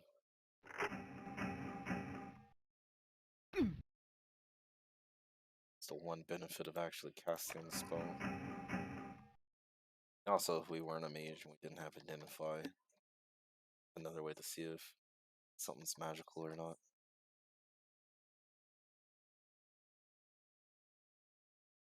I guess that would be more of a benefit for earlier levels, where normal weapons can drop.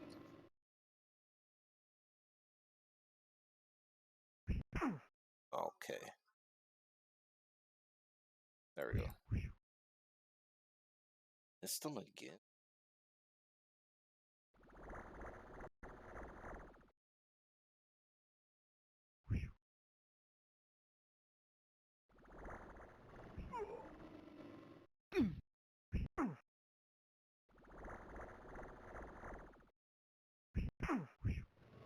Dude's fast.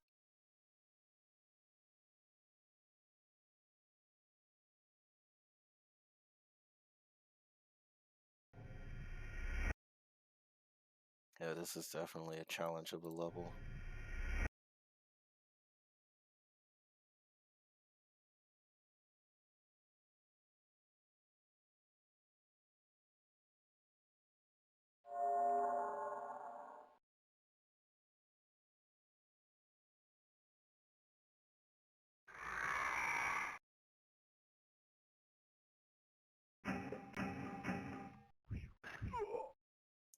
Ooh, okay.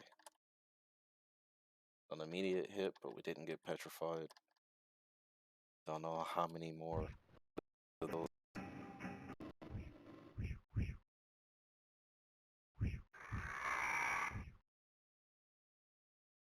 Got a trap. Goes to nowhere. And a teleporter room. That, not good for us. Especially when you teleport in next to that thing.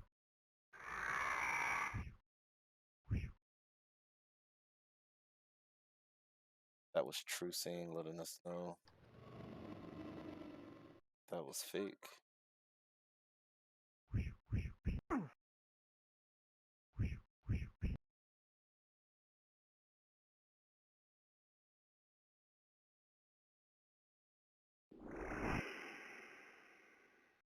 This is gonna have to be a level that we pressed often on.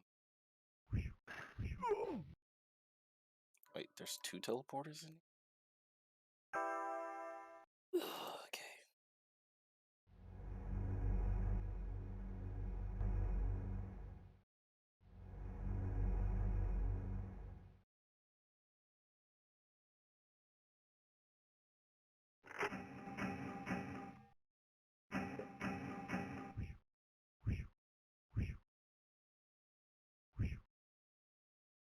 There we go.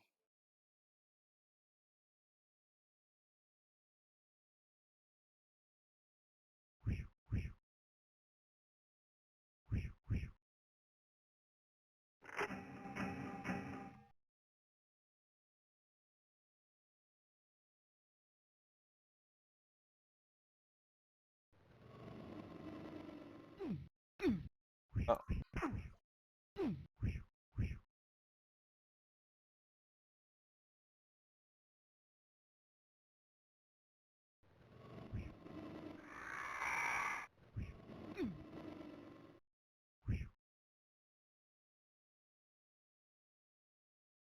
A lot of cleric scrolls. Need mage one. Hi. So far so good. Gotta. Oh, what was that? Oh no. I don't know what this is, and I just put myself in a bad position.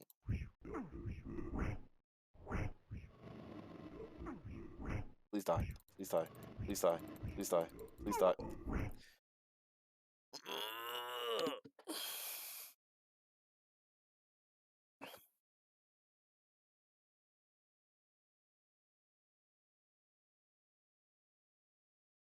My high scoreboard's not working.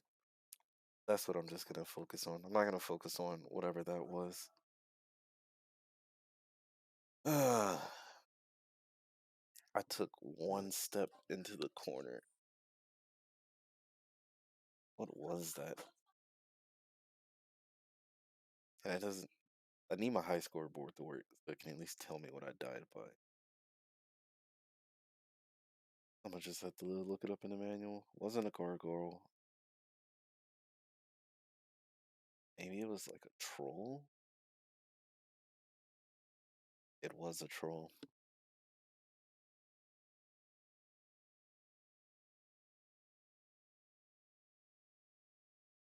First time I seen a troll though. A lot of hit points.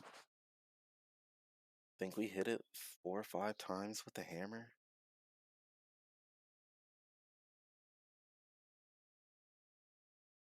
Man,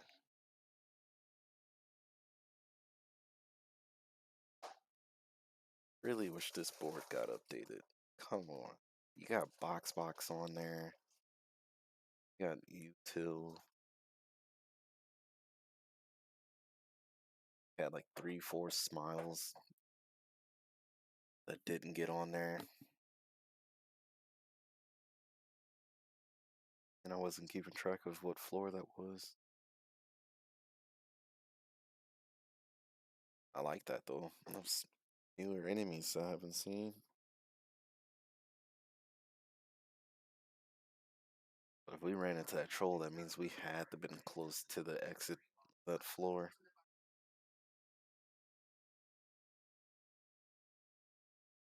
Alright.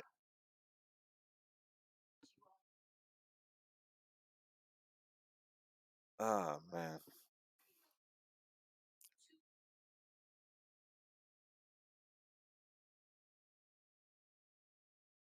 Let's see. Dang, we're running through these classes and not in a good way. There, pure mage. Uh, gonna go elf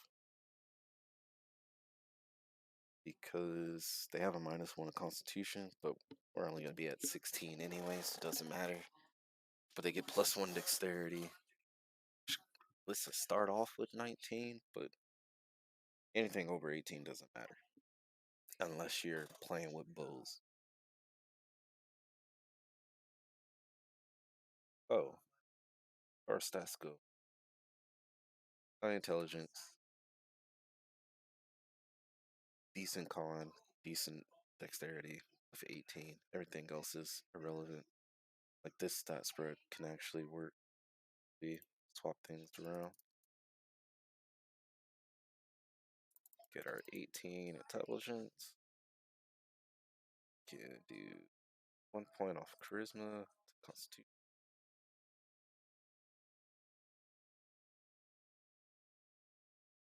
Boom. Like that would be our stat spread.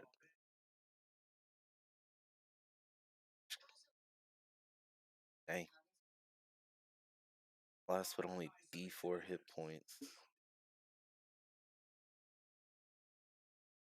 At 22. Staying near the max. Pretty good.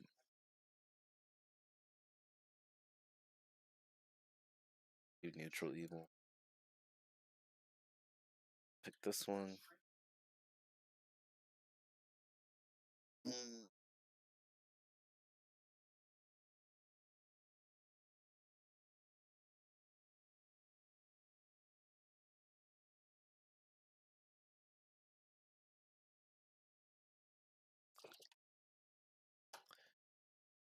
I don't know if I spelled that right. Alright. I told myself I'm not doing illusionary walls. I just hurt my brain so much. Now we are playing mage. Ooh, which means food. Gonna have to bump that up more. Figure out. We'll do that. We'll see how that.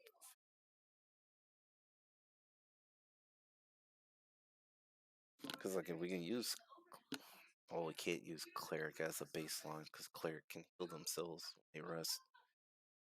They re- so that just reduces how much food meter they burn through when resting. Every other class has to deal with it, except for like paladin. I guess paladin could be like a baseline.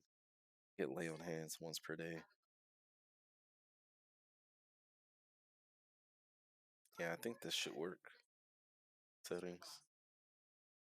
I like where monster difficulty is at. I like where monster amount is at. The treasure amount for pure mage. Great. So we're gonna get a lot of those scrolls, hopefully. Hopefully. I'm not gonna touch magical power because that just either means if it's higher, deal more damage with magic. If it's lower, we deal less damage with magic.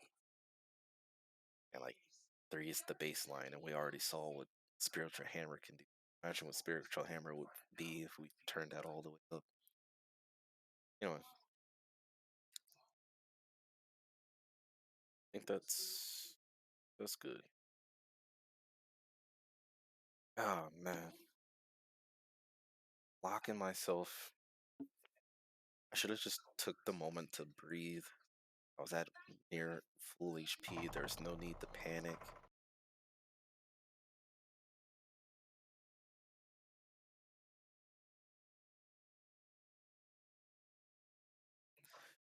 All right, no moping. We got toast. Our neutral evil elf mage who is gonna rest when they need to once they run out of spell slots. We're just gonna blast. Blast, blast, blast, blast, blast. We're gonna get our scrolls. Blast, blast, blast, blast, blast. It's gonna be great. We're not gonna trap ourselves in the corner unless there's an enemy directly in front of our face.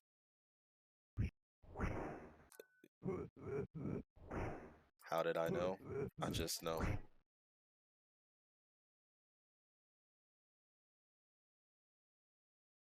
And the game. Alright.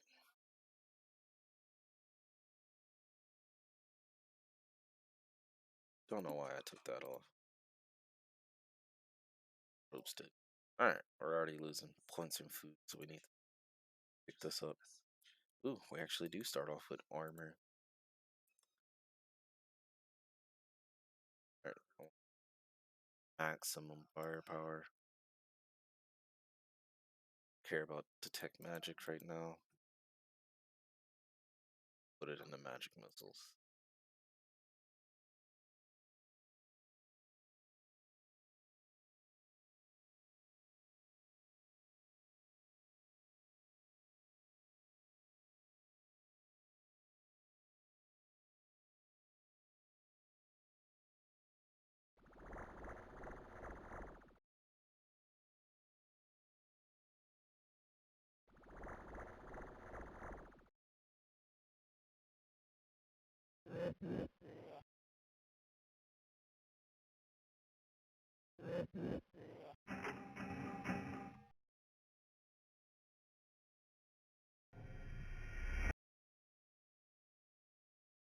Okay, a lot of keys.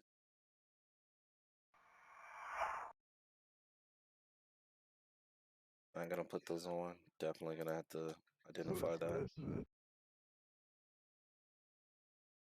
Bracers can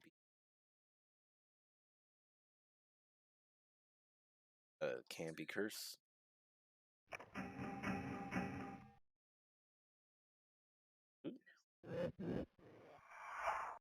Alright, one spell left.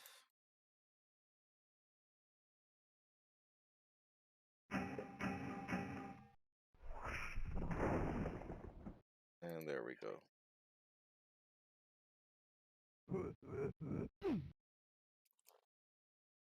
That's pretty much how mage is just gonna have to be. A lot of resting, a lot of casting. Alright, I'm not gonna use armor. Be time.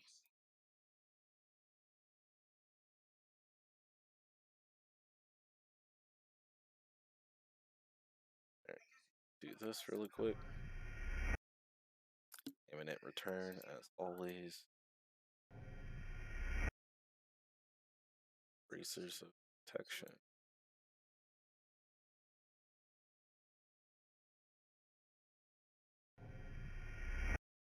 Bracers of archery, which we're not using.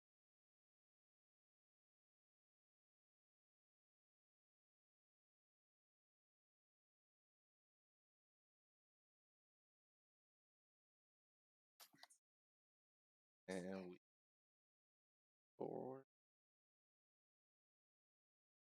No, more bracers.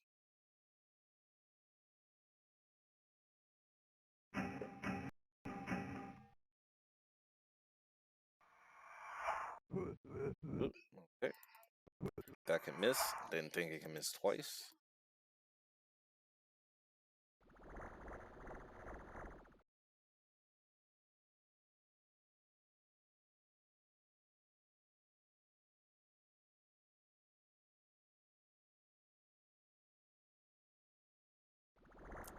A lot of keys. I think that's probably because illusionary walls are turned off. A lot of keys. Okay.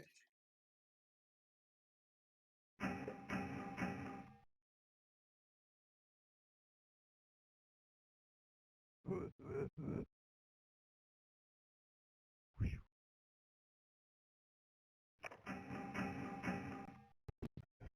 little bit dangerously. Not being able to see my map like that. A lot more keys. Don't know if I now like the fact that those walls are turned off.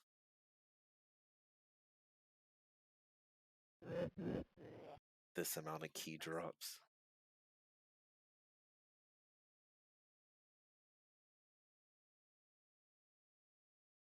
Alright. Another quick round of identifies. Braces of protection. Don't.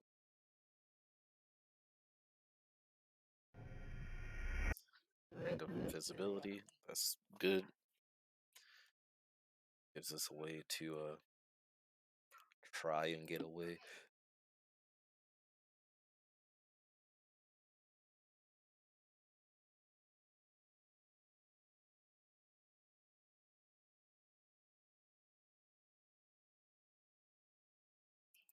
I'll just read it for the sake of getting the blue dot off the map.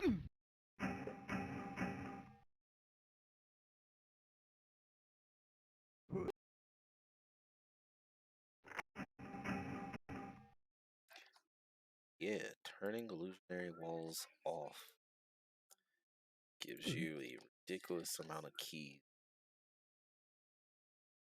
Alright. I already got improved identify.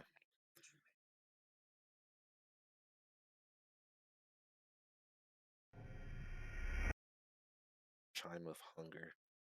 That just ruins our food.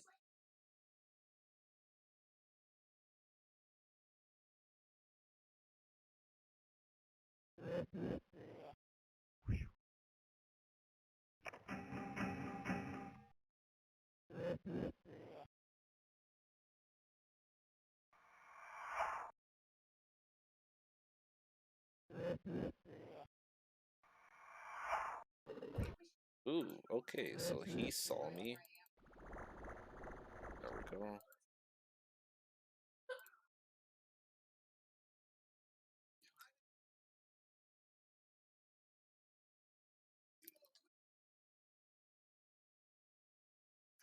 Alright.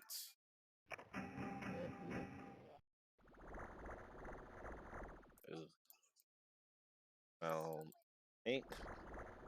There we go. Oop.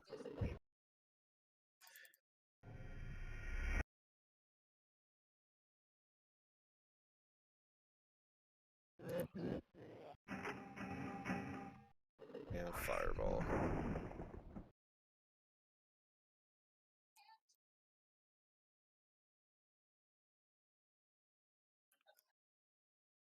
Oh, this is gonna have to be the rotation for mage pretty much. Is spell slots are gone and try to keep. Okay, how did he open? the all their different doors. Gotcha. The magic. Generic scroll.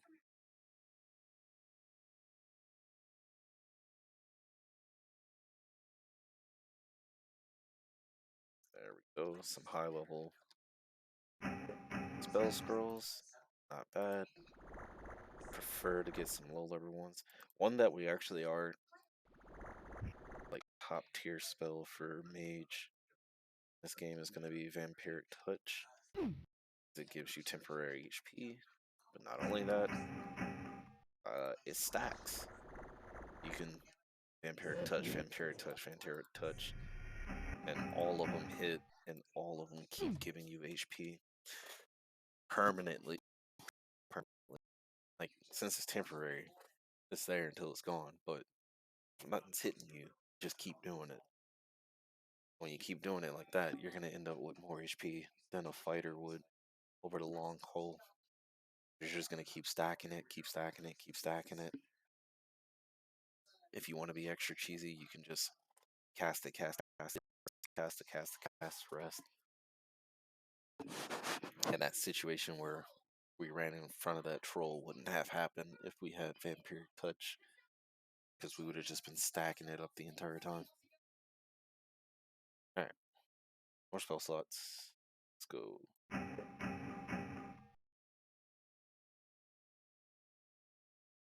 Mordin's Sword. Don't know what that is. Okay. One thing we still got to be careful on is spacing. Especially when they're walking and dodging stuff.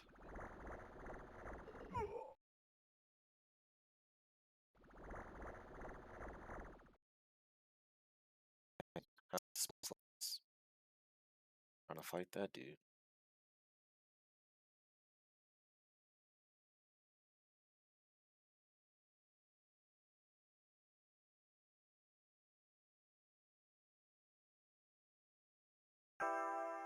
Alright. So we are level 5. 8,000 XP. Which is pretty much what we started off at. Yeah, first level for mage. It's like high risk, high reward is because it's you can stay on the first level, keep killing stuff, try to get better loot, but that's not high risk, high reward. Anyway, let me just explain. I can stay on the first level, keep killing enemies, and keep getting gear and spells off of their drops. But at the same time, I'm just not getting that much XP. We're only at like 700 so far. And I get to our next level, I'm pretty sure it's like 40 something thousand. I look it up. Yeah, 40,000, then 60,000. Starts to like slow down a little bit, but yeah, we started off and completely skipped the large gap by being at level 5. By default, so just gonna be at level 5 for a while until we get to better enemies.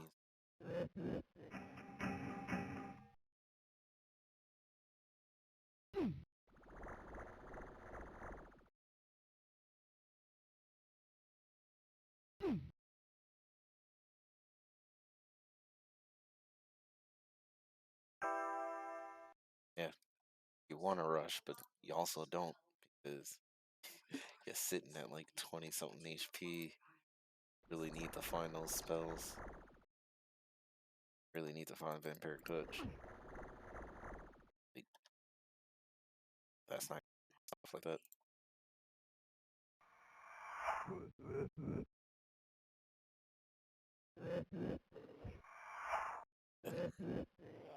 Send spells also hurts.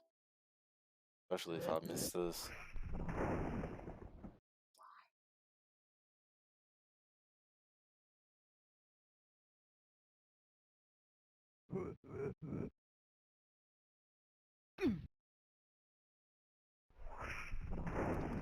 Probably didn't need to waste Fireball on him, but it's fine.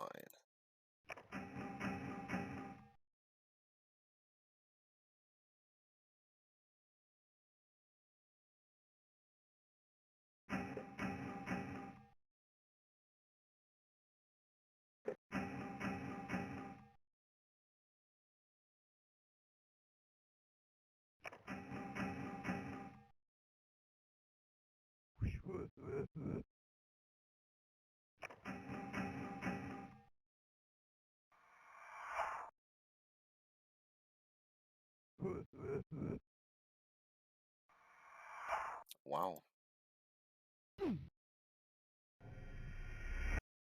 Missing on both acid arrows. Kinda tough there.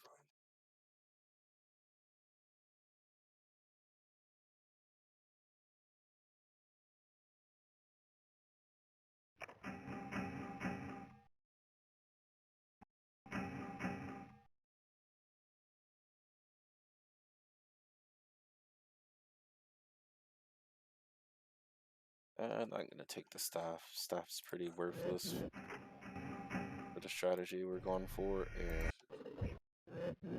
completely whiffed that burning hands, by the way.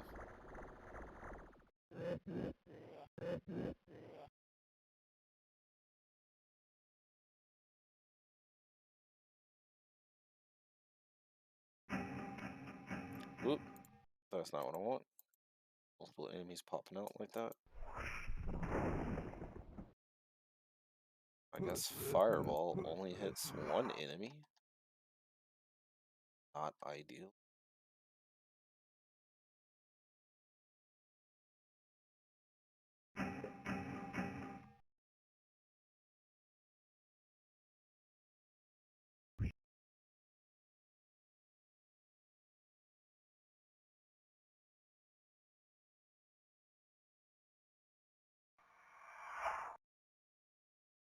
That's also not ideal.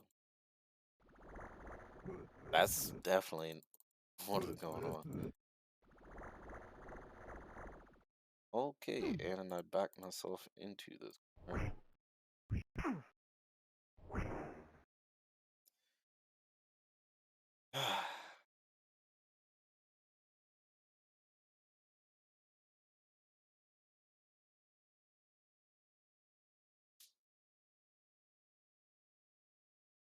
Thought I could have sworn I had picked up that identifier.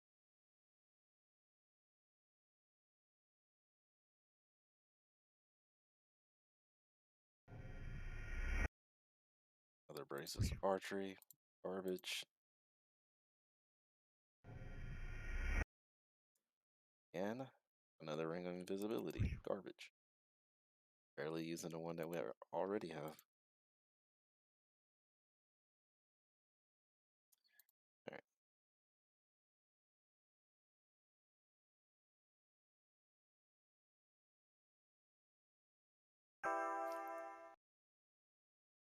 Where could you be lower to the lower level?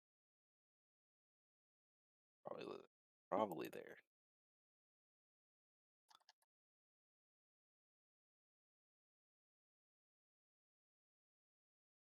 Keep a gold coin.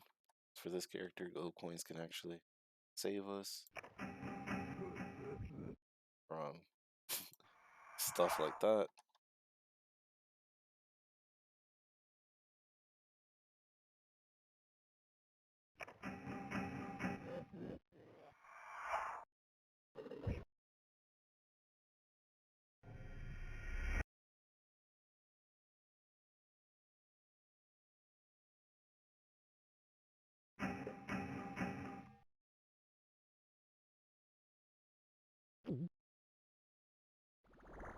Alright, so there's our boss.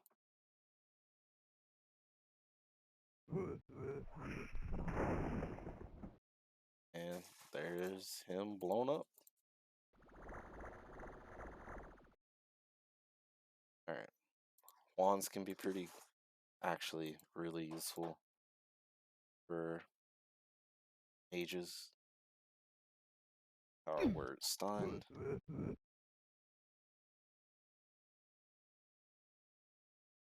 Another round of rust and identifies. If you can't tell, I'm probably salty over all these deaths. So I am not bitter about spam resting. Curse ring, don't need it. Another curse ring. I'm throwing stuff. I'm assuming they're cursed just by the name of them. But yeah, drains both health or constitution and strength. 2 of them. Wow.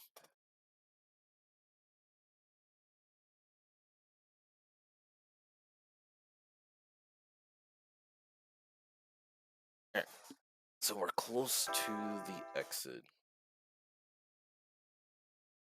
It's not going to be there, and it's not going to be there because it's way too close to here. It has to be down here, up here. If the exit was way over here, that'd be weird for the floor boss. So, kind of been noticing that all day that the floor boss is nowhere near where the exit is. So it is possible that troll that killed us was nowhere near where the exit was.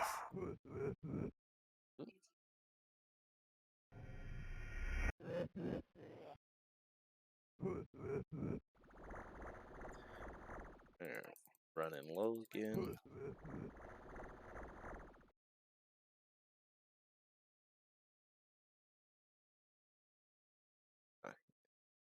Gotta be at least 5 squares away when resting. That's what that message was.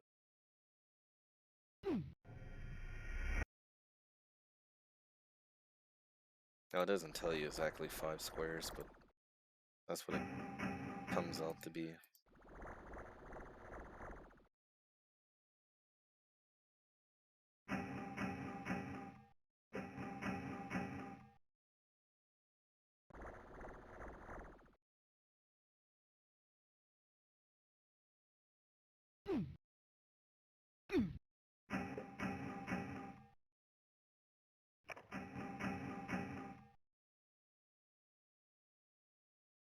Hmm.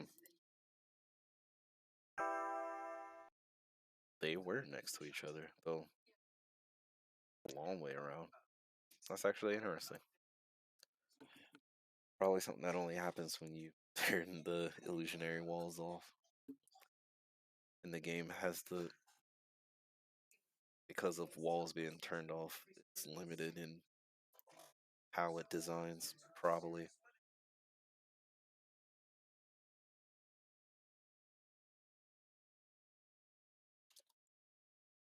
Alright. Do a quick review what we have. Got a lot of the 7th level, 6th level, 4th level spells. And through all of that, 1000 XP. It's only gonna get tougher from here. Dude. Every time, first floor, anti-privacy. Alright, page 25.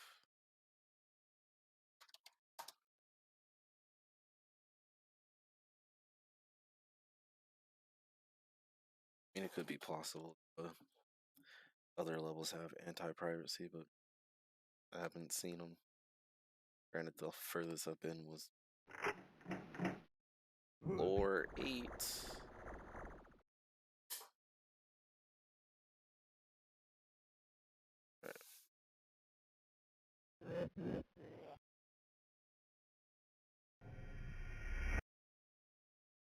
Got trucing, which is can be good, can be bad. It really depends. We haven't ran into invisible enemies yet, which is where it would be. Also, if illusionary walls are turned off, not gonna be used to find them. Please die. Please die. Should have just backed up more.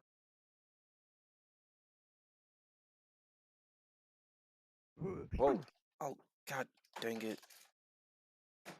What a weird spot for there to be a hallway that flips you around. That would have been a way for this character to die. Right there.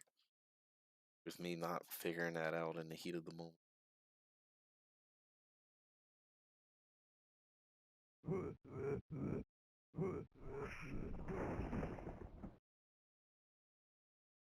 Tougher enemies means I have to rely on tougher spells.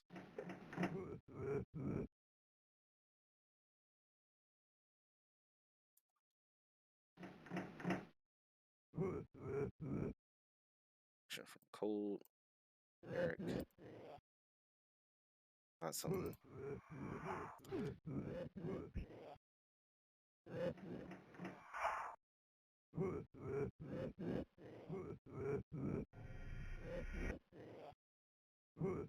I think it might be time to swap over to Burning Hands because it's hitting reliably, unlike magic missiles.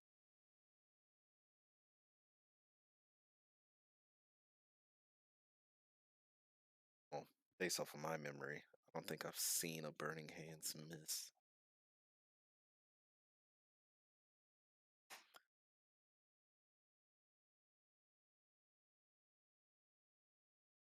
Go ahead and take their full rest.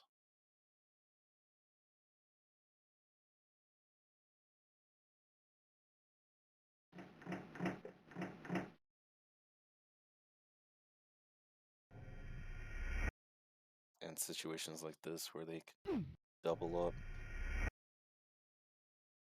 for the price of one. Yeah, it's definitely hitting reliably.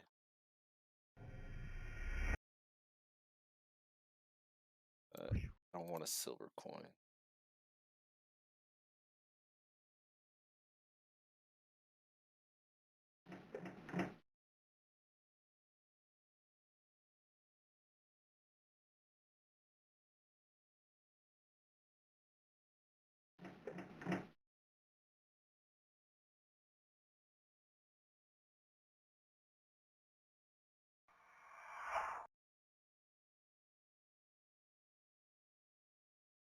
You know, traditionally, Acid Arrow hits and then it deals more damage afterwards. Hard to tell if it acts the same way here. I mean, either it hits and it kills or completely whiffs.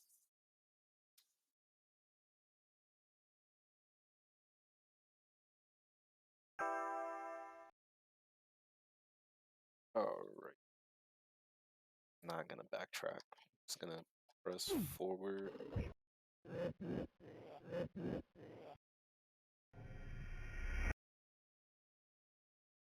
Play smart with the Burning Hands.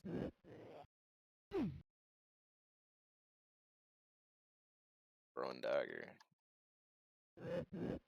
I think I forgot to identify the wand.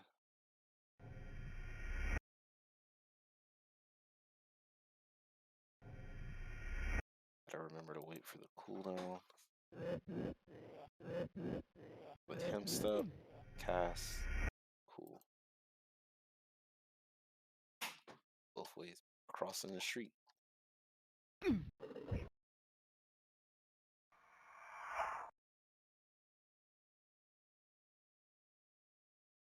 Another one. Another one. Ooh.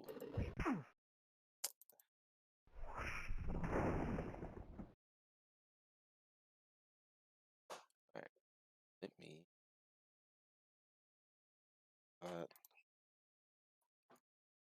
Yeah, go ahead and build me up.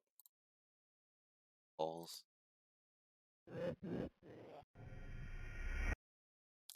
On of lightning. Hey, let's remember.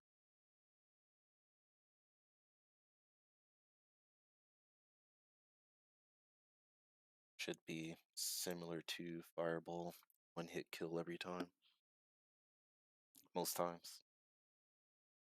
I think I've actually seen the lightning bolt completely phase through somebody. Range mirror. Identify mirror. I want to find out. Also, we got a book. Hopefully, it's the experience one.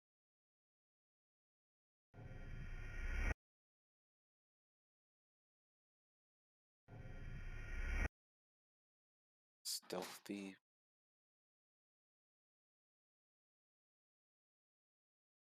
Oh yeah. So it was a class-related book. So it was for thieves. Would probably gave them the dexterity and ton of experience, which is why it said character can't read this at all, which is hilarious. You're a wizard or a mage. All you pretty much do is about to read right now for 4 hours. Anyway, wand back.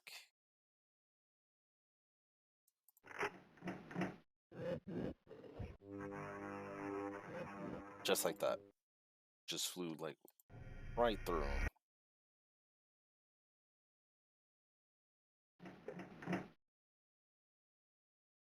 And I'm only saying that's weird because I'm pretty sure fireball hits like 100% of the time.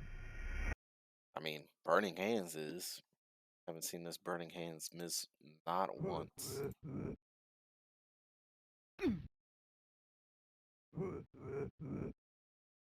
Lich touch.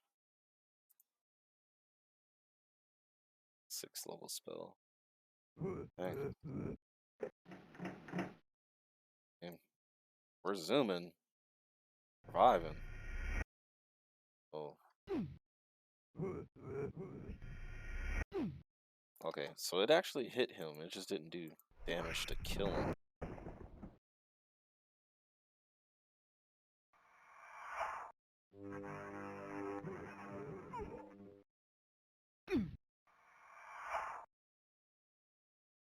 Alright.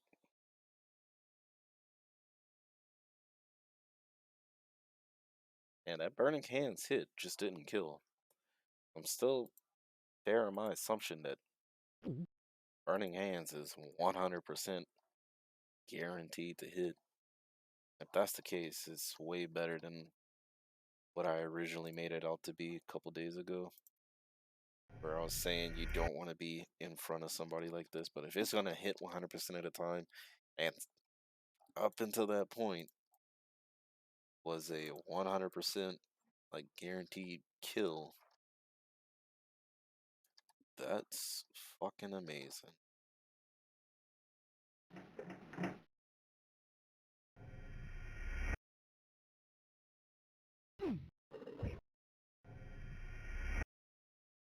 I really do need to stop pausing like that when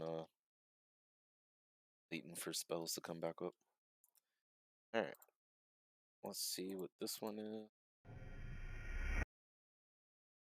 Amulet of Magic Missiles, that's very good. Did our wand burn out already? It probably did. And a wand of fire. Cool.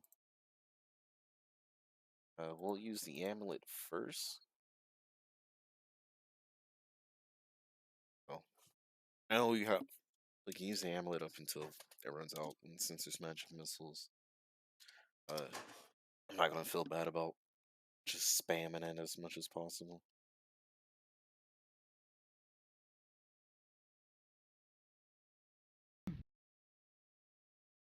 Did not notice the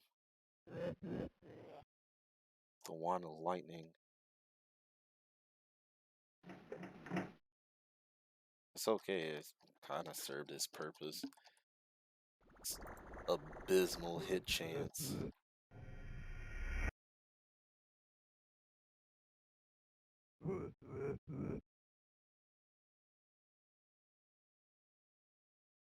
Just goes to show that Fireball will always be the superior spell, no matter what.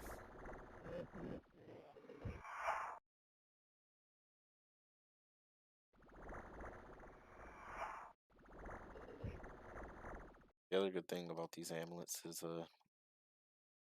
they don't have a cooldown like your regular spells, so just spam, spam, spam immediately. Like if you wanted to use all your charges, just keep clicking. Just keep on clicking. Basically turns you into a machine gun. Like imagine just having multiple of those all the time and you just spam, spam, spam, spam.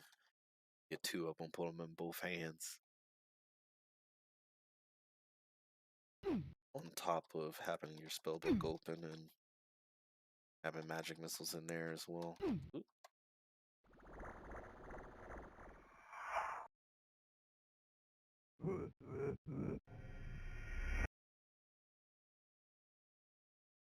Alright. So with illusionary walls off, he got often. Cause yeah, I mean, wouldn't be that bad if he was like playing Mage Thief at the lock picking tools.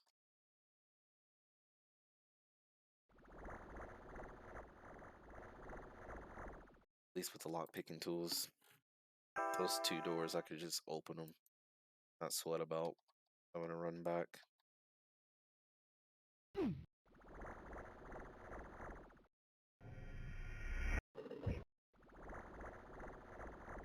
Alright, did not mean that.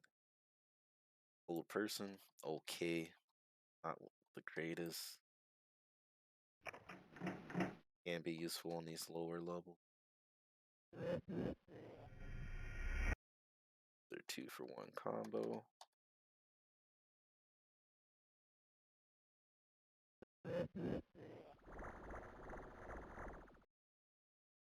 Don't think I got that many charges left. Oh, yeah, it actually already ran out. Alright. Oh, wait a minute. He is tanking those fireballs.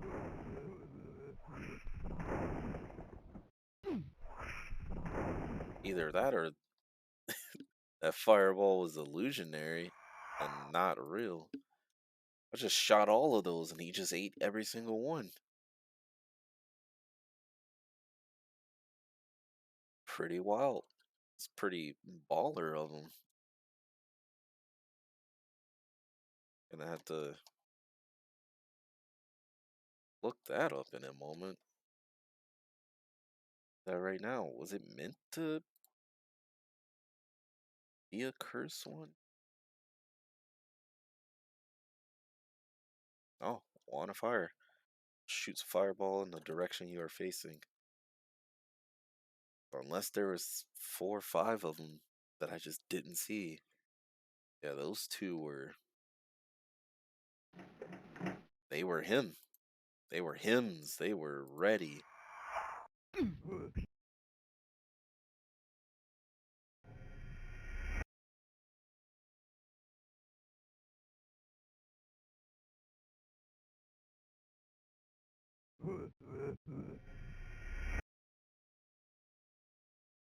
Oh, so far, better XP, but not the greatest.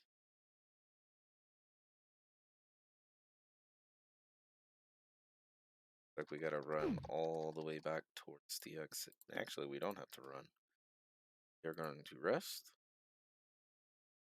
Click.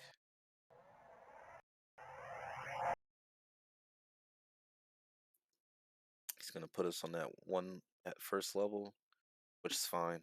I'm doing this because it's way faster than just backtracking. But yeah, we need those keys in order to progress. Man, so illusionary walls, I backtrack because I have to go find a damn wall. No illusionary walls, I have to backtrack because I have to go find all these damn keys. I think, I guess the better thing would be is to have illusionary walls on, but play with the character hints maxed out. Anytime you pass one, it just tells you, as long as you're paying attention. Would also mean that I need to purposely walk the edges of each and every wall. Nothing wrong with that. I mean, I kind of do that anyway.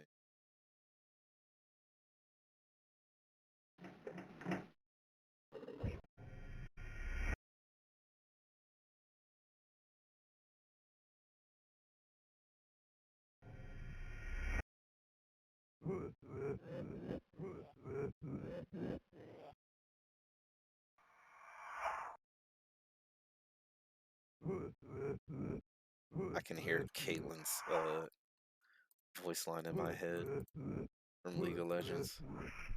One shot, one kill. When acid arrows actually hits, it's a one shot, one kill. Alright.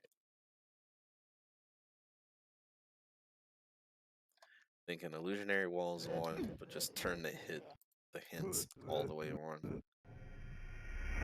Because key hoarding like this for doors is not something I want to do all the time. Just dead end. I mean, dead ends are awesome, but the settings are.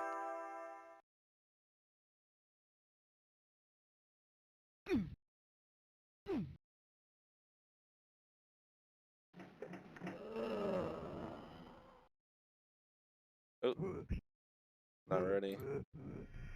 Also, heard the undead sound. Ooh, those fireballs. They were doing damage. They just ate them because this man just ate 3 burning hands. I was ready to throw hands and he was ready to catch all of them.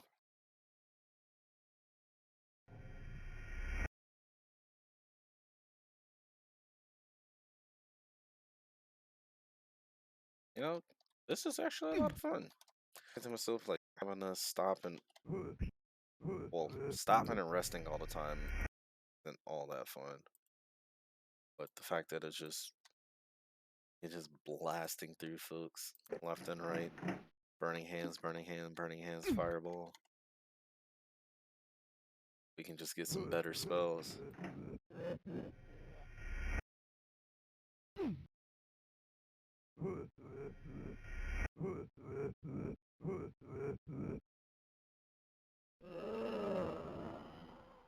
Yeah, I can still hear that undead guy. So if he's nearby, he's the floor boss. If I can hear him, that means the exit has to be right here. I get to this door. Hopefully I got the right key. Who knows? I should know, but I don't.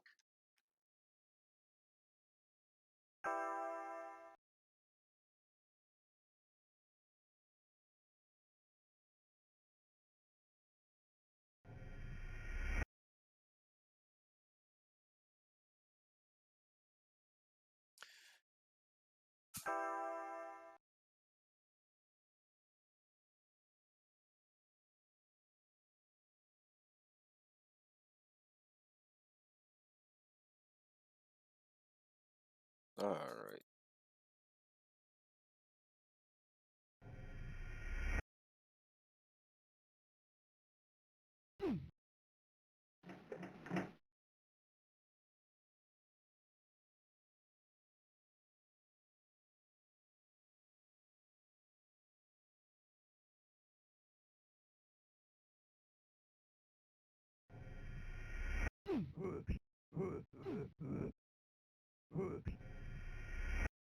I didn't want to move there because I didn't want to get stuck on that illusionary wall again. Or not illusionary wall, that magical trap that flips you all around.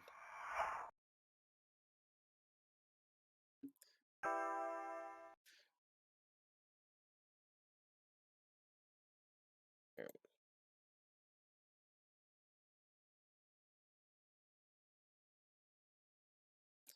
it's a throwing dagger, don't care about it. before I go forward. And get spell slots back.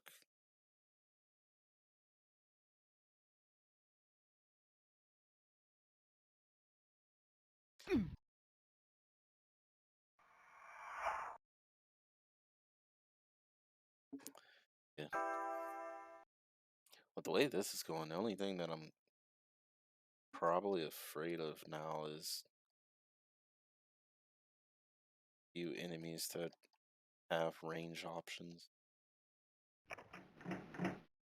and the few moments where I'll be fighting an enemy and another one will spawn right behind me. Their mirror, food. So definitely need some rings because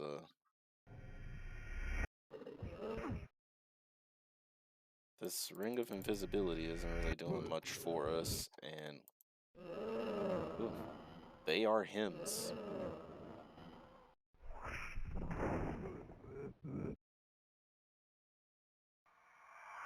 Once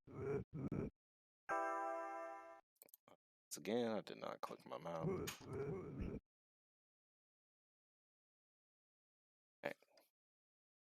So we're able to rest.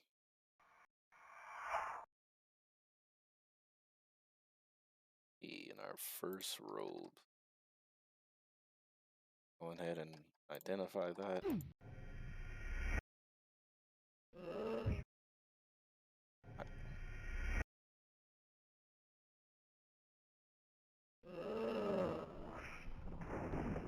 Fireball solves everything. Always burning hand scrolls. I'll take it because it just saved me some time. Alright.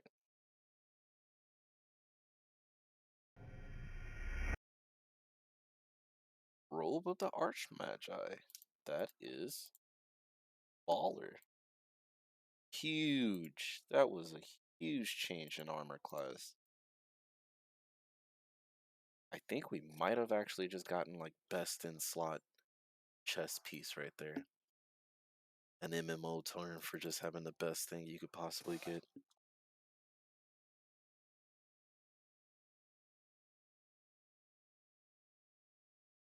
Yeah. Base AC of 5 plus our dexterity puts us at 0. A chance of avoiding disasters. Don't know what that means. And some base magic resist. 5%. Not a lot, but at 5%, if it's anything like Baldur's Gate, it's going to be an all or nothing. So, going to be you either get hit, take full damage, or the 5% kicks in and you get hit, magic, or the magic resist kicks in and you just take nothing because the spell doesn't affect you at all. Yeah, low number, but much appreciated. I will full to heal or rest to hit, rest to fully heal, and we'll put this back in our hands. What else we got? Protection for cold, protection for cold. Actually, sitting on these potions for a while. Potion of fusion, don't want that. Alright, burning hands, back, elbow back, and we are Gucci once we save once more.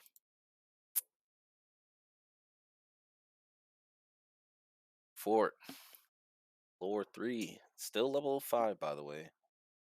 Uh, but now knowing that that ghoul ate 2 to 3 burning hit, granted it was a boss variant, so the boss variants have a little bit more health, deal a little bit more damage. But we still have to worry about, oh, it does tell me the current level. The things I learn about this game when I actually pay attention to it. Anyway, 3 of 25. Alright. We need 10,000 more XP to get to level 6, which only means we're going to get one extra spell slot for level 3. Still great because that's still Fireball, though I believe we saw earlier that Fireball only hits one person, not two people when they're standing next to each other. Or at least it doesn't hit that person and anything behind it. I would still take it over Lightning Bolt, which, based off of streaming purposes and what I've seen off stream, its hit chance is just garbage. I mean, this is the rotation. We just have to keep casting spells, keep resting, keep casting spells, keep resting. Do some perfect spacing with burning hands. Try not to move too far when we're getting low on spell slots. Yeah, don't want to turn a corner and end up facing the floor boss. And if we can get back to like floor 5 or 6, uh, get those higher variant monsters that we can kill.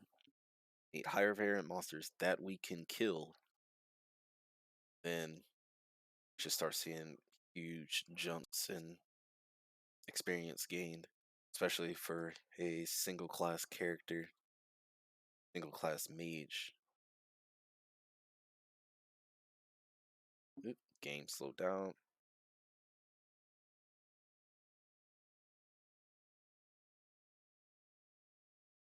Yeah, because we had 6 level spells, we have 7 level spells, we have a 4th level spell. We just don't have a 5th level spell, and 4th level that we have, Ice Storm, is still great.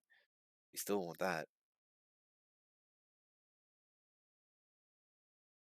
Definitely need more 2nd levels. Could always use more 3rd levels. We just got to get to the rest. I don't know why the game is saying that there's only 7th level spells. That's should be incorrect because I can go to the game manual and it straight up says mages can go up to 9th level spells. Clerics, on the other hand, have 7th level spells. They don't have an 8th and a 9th, even though you could level up to those levels. Kind of weird that either they're not in the game or they're not in the manual.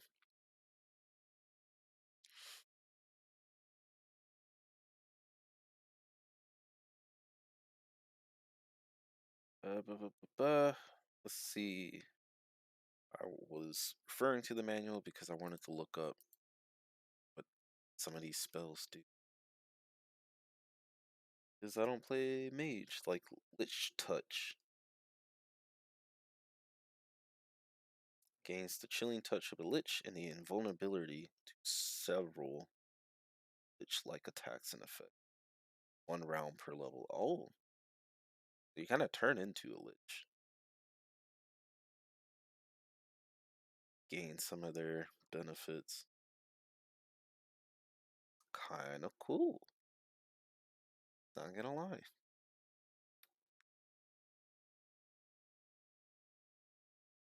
The freezing spear, you get a cold stone in your hand that you can throw or use in a sling, but upon hitting, does 6 to 36 points of cold damage upon all creatures in a 10-foot radius.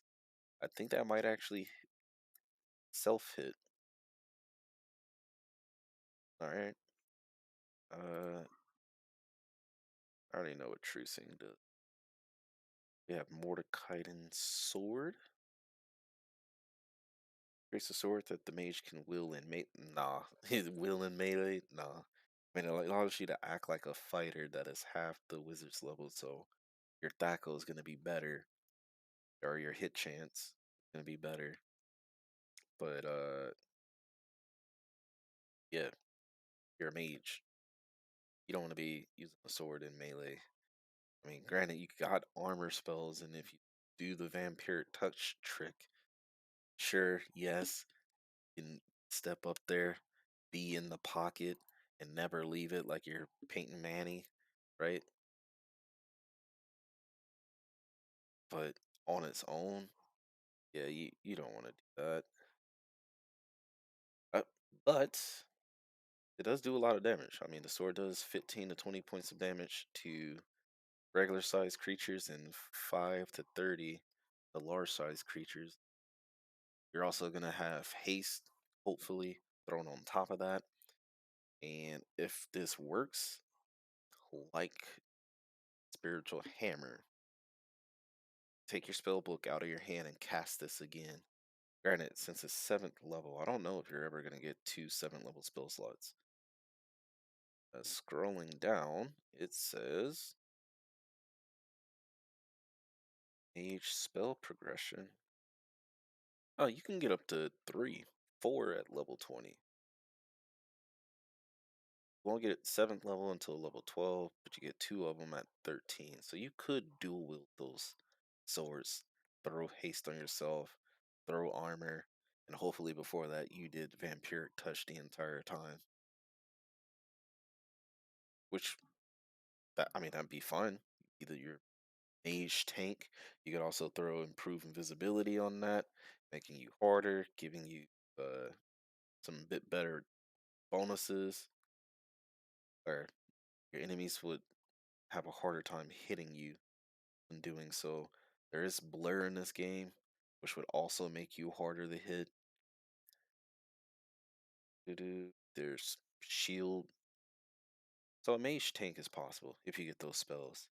You're gonna need your armor spell, which you start off with. You're gonna need shield, which is the first level spell. Blur, which is the second level spell. You're gonna want haste, is you're wielding swords, so you want to be able to attack as fast as possible. That's a third level spell. Fourth level spell, improved invisibility.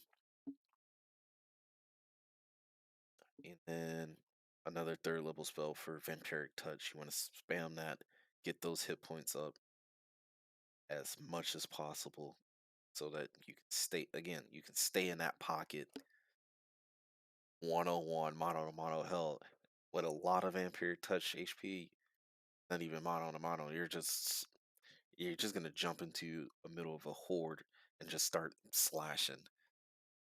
So I immediately hate the spell because you're a mage, but when you actually think about it in terms of this game and everything that you could get, uh, and the fact that you'd be able to dual wield those as soon as level 13, that's effing awesome compared to some of the other spells you get for 7th level. That's effing awesome. Uh, yeah, I mean, there's other stuff like you get Power Word Stun, cool. Finger of Death automatically kills most creatures. Wait, yeah, I think they probably have to make a death saving throw, but if they fail, they die. If they don't die, they take minor damage. And Acid Storm, you downpour in the area, 1 to 8 points of damage plus an additional 1 to 8 points of damage per every caster level above 7th. So that's gonna be 8, 9, 10, 11, 4, 4 to my math. It's my math. 32, 4 to 32, and an additional 1 to 8, so 5 to 40 points of damage at 12. You get that 7th level spot. It do it to 3 squares worth of area, but those swords are gonna last you much longer. Yeah, that's actually pretty good. Pretty good. If you could throw the swords, that'd be even better. All right. I think there was another spell I wanted to look up because we have it. I think that's Ice Storm. Once again, there are 8th level spells and 9th level spells in the manual. I don't know why it's not giving me the option to see those pages. Like, why am I able to even see fifth level page if I have nothing there? And you can see seventh level page right off the rip. I mean, when I'm playing like cleric mage, I could see seventh level 0 out of 0 available. So I don't know why I can't see eighth and ninth. Maybe special items. Uh, though for 8 level spells, there's only 2 of them. And for ninth, you got 4, like Power Word, Kill, Mediums, Ear Swarm. Doo-doo-doo-doo. You get your own level drain. Kind of hilarious. Time stop. Alright. Ice Storm. What level is Ice Storm? 4th? Alright. A cross street area, 3x3 square. Cool. Deals 3 to 30 points of damage. The range of this spell is based on caster level. You can actually cast this super far away. Nice. Alright, let me read how Fireball and Lightning Bolt works. I can get a better assessment of those. Fireball is an explosive blast of flame that damages everything in a target square. The explosion does 1 to 6 points of damage for every level of the caster to a maximum of 10th level, meaning 10 to 60 points of damage, which is still a lot of damage. A lot of damage. We're doing 5 to 30 right now. Targets 1 square. Lightning Bolt can target 2 squares. That's the difference. Flies to its first target and then continues into the next square. Deals the same amount of damage. So I don't know why Lightning Bolt seems so much weaker. Like it's not killing, yet they do the same amount of damage. Alright. Let's make sure I rest and didn't mess anything up. Cool. I got Burning Hands. We're on the 3rd level.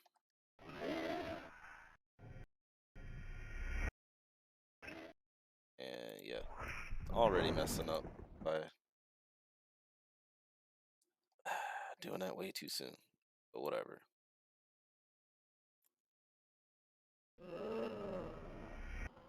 Yeah. Boss variants have extra HP. So even though that was a ghoul again, we one-shotted him this time. So I need to make sure that I wait for them to move so that I'm not casting and getting held at the same time. That'd be unfortunate. Ooh, that guy's kind of. Oh no, there's a lot of them. First, I was like, huh, that was kind of odd. Like one of them showed up.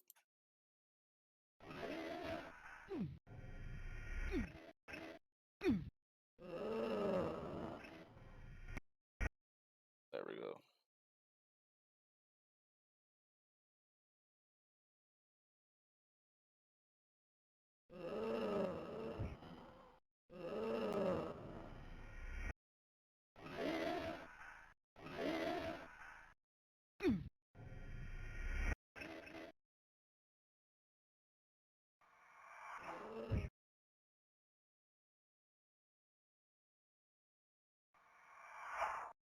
And my game is slowing down. Gonna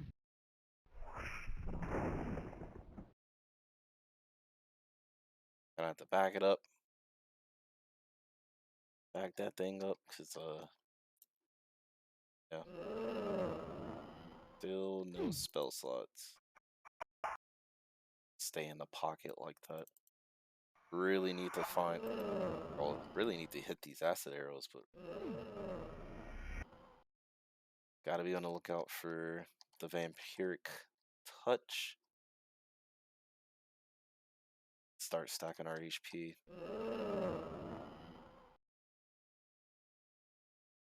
I don't know who I need to pray to in the D&D world.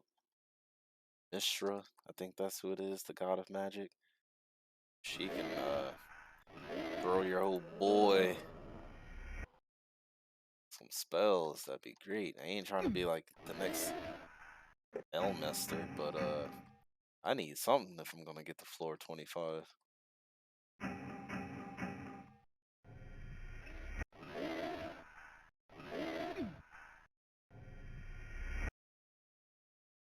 But I got one fireball left, and it's the first time I seen that. It whiffing like that. I'll say that's a user error, not a spell error.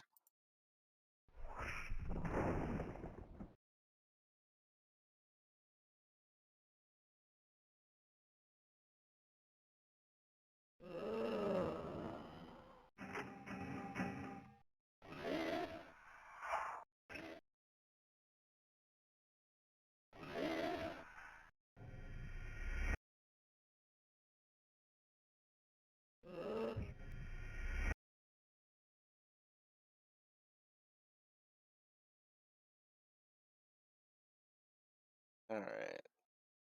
Oh, they're undead. Ooh. Oh, there was. I was wondering why I attacked like immediately the moment he moved in. Guess there's another one.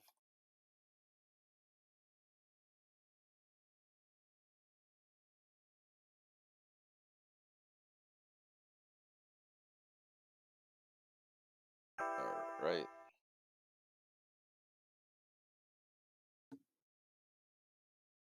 Let's see. It's gonna have to be a good stopping point for the night. Uh, yeah. Really upset about the cleric mage because it was just skill error, man. If I just calmed down and paid attention to where I was going, where I was stepping, it would have been fine and we'd still be on that character making this run happen. But I didn't. And now here I am, running it as a pure mage with no illusionary walls, and it's giving me so many dead ends and keys, which is fine. But I am learning a lot, especially about mage and some of these spells. And putting Burning Hands higher on my personal tier list compared to Magic Missiles, which is good. And yeah, definitely having the max treasure amount turned up is helping out. Because otherwise, half the spells in the spell book right now wouldn't even be there. Let alone these items.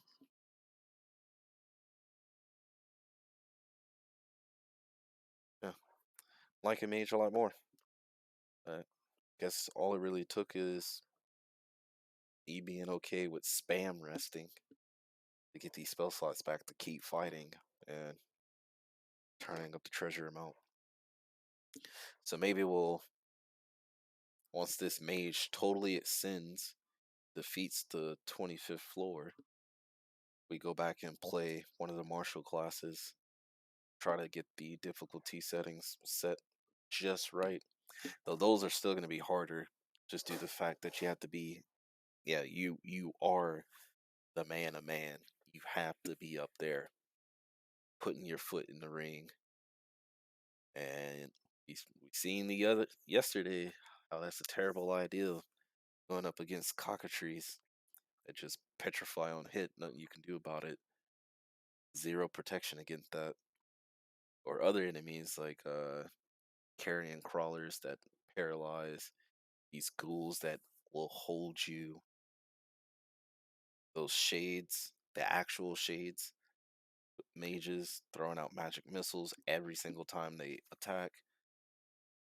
Plus the fact that you need a magical weapon to begin with, to even hit these folks. Yeah. So we can find the right difficulty for that. And the right difficulty means like it's challenging yet doable.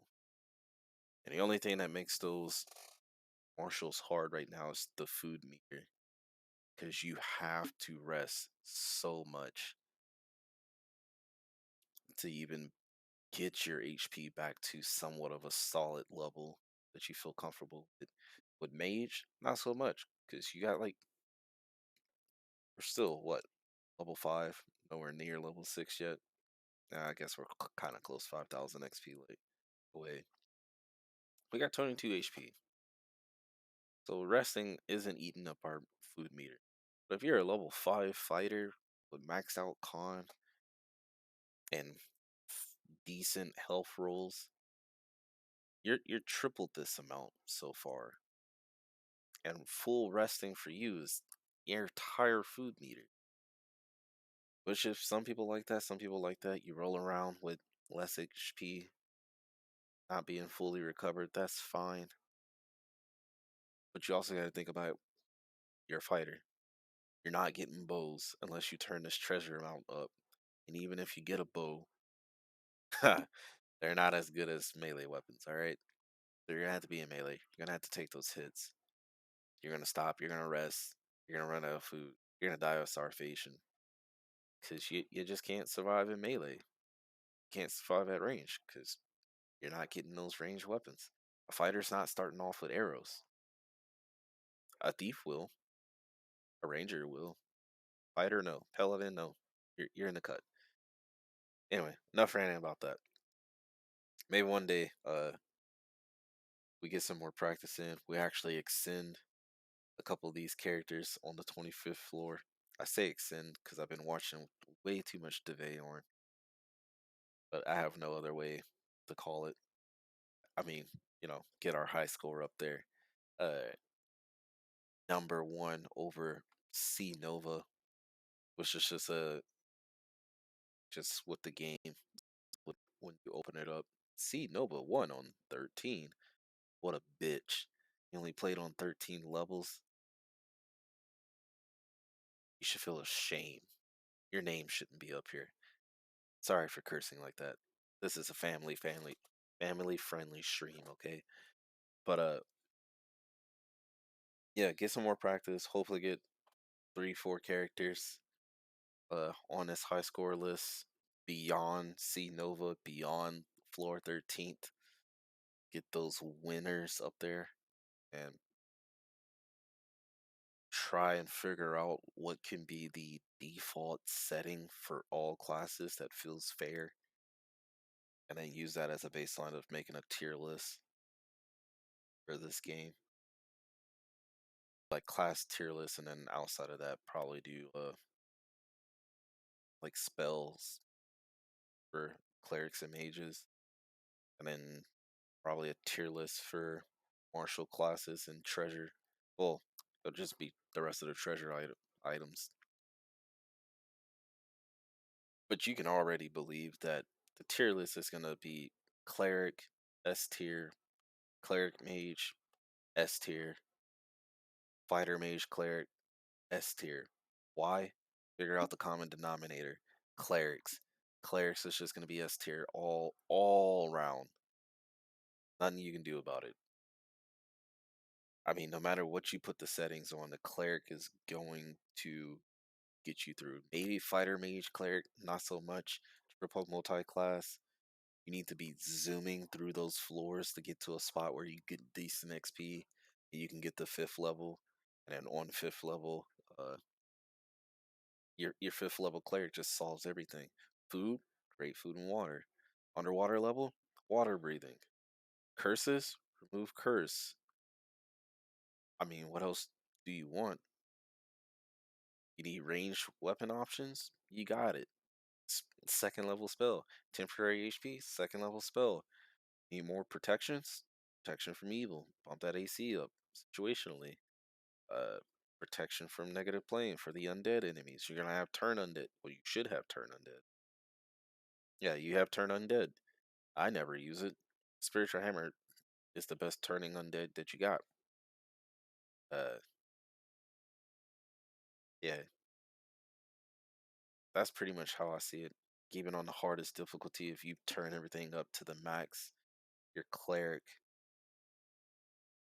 yeah, Starting off at level 3, eh, not that great. I actually think start off much higher than that. Let's find out. Because if mages are starting off at level 5, cleric, single class cleric might also start off at level 5. And if that's the case, that's just god tier right there. And the other ones are going to be slightly lower if we're talking about hardest difficulty possible. Cleric starts off at 4, which is still fucking fantastic. Get your 13,000 XP. You can get that within the first 3 floors, first 2 floors, depending on how you're doing it. Because with max enemy difficulty set up, you're probably gonna your first floor is gonna be normal, orcs, hobgoblins. That second floor is gonna be insane, but you got the damage to get through it. You're gonna be earning that XP left and right, and then everything becomes trivial again. You just gotta make the right decision, right calls. And yeah, fighter cleric mage, cleric thief, ranger cleric, common denominators cleric. Your cleric's gonna carry you through everything else. Those other classes are pretty much irrelevant at that point, except for the mage. Because with the mage, you're gonna get those spell slots. You're gonna have those extra spell slots. You're gonna have those spells with treasure. Well, if you're playing on hard difficulty with the base game, you're not getting any treasure. So that mage class is actually pretty fucking pointless. You're just gonna have burning hands that you can cast, and that's it. Because that fighter mage cleric, that mage is level 2. Level 2. You're not even getting improve identify with that. With the mage cleric, you're gonna improve identify. That's about it. And burning hands. With a low treasure drop, and I already think moderate treasure is pretty low to begin with. Yeah, good luck on getting spells, man. Good luck. With that cleric would carry you all the way. So that's why I gotta find an actual baseline difficulty.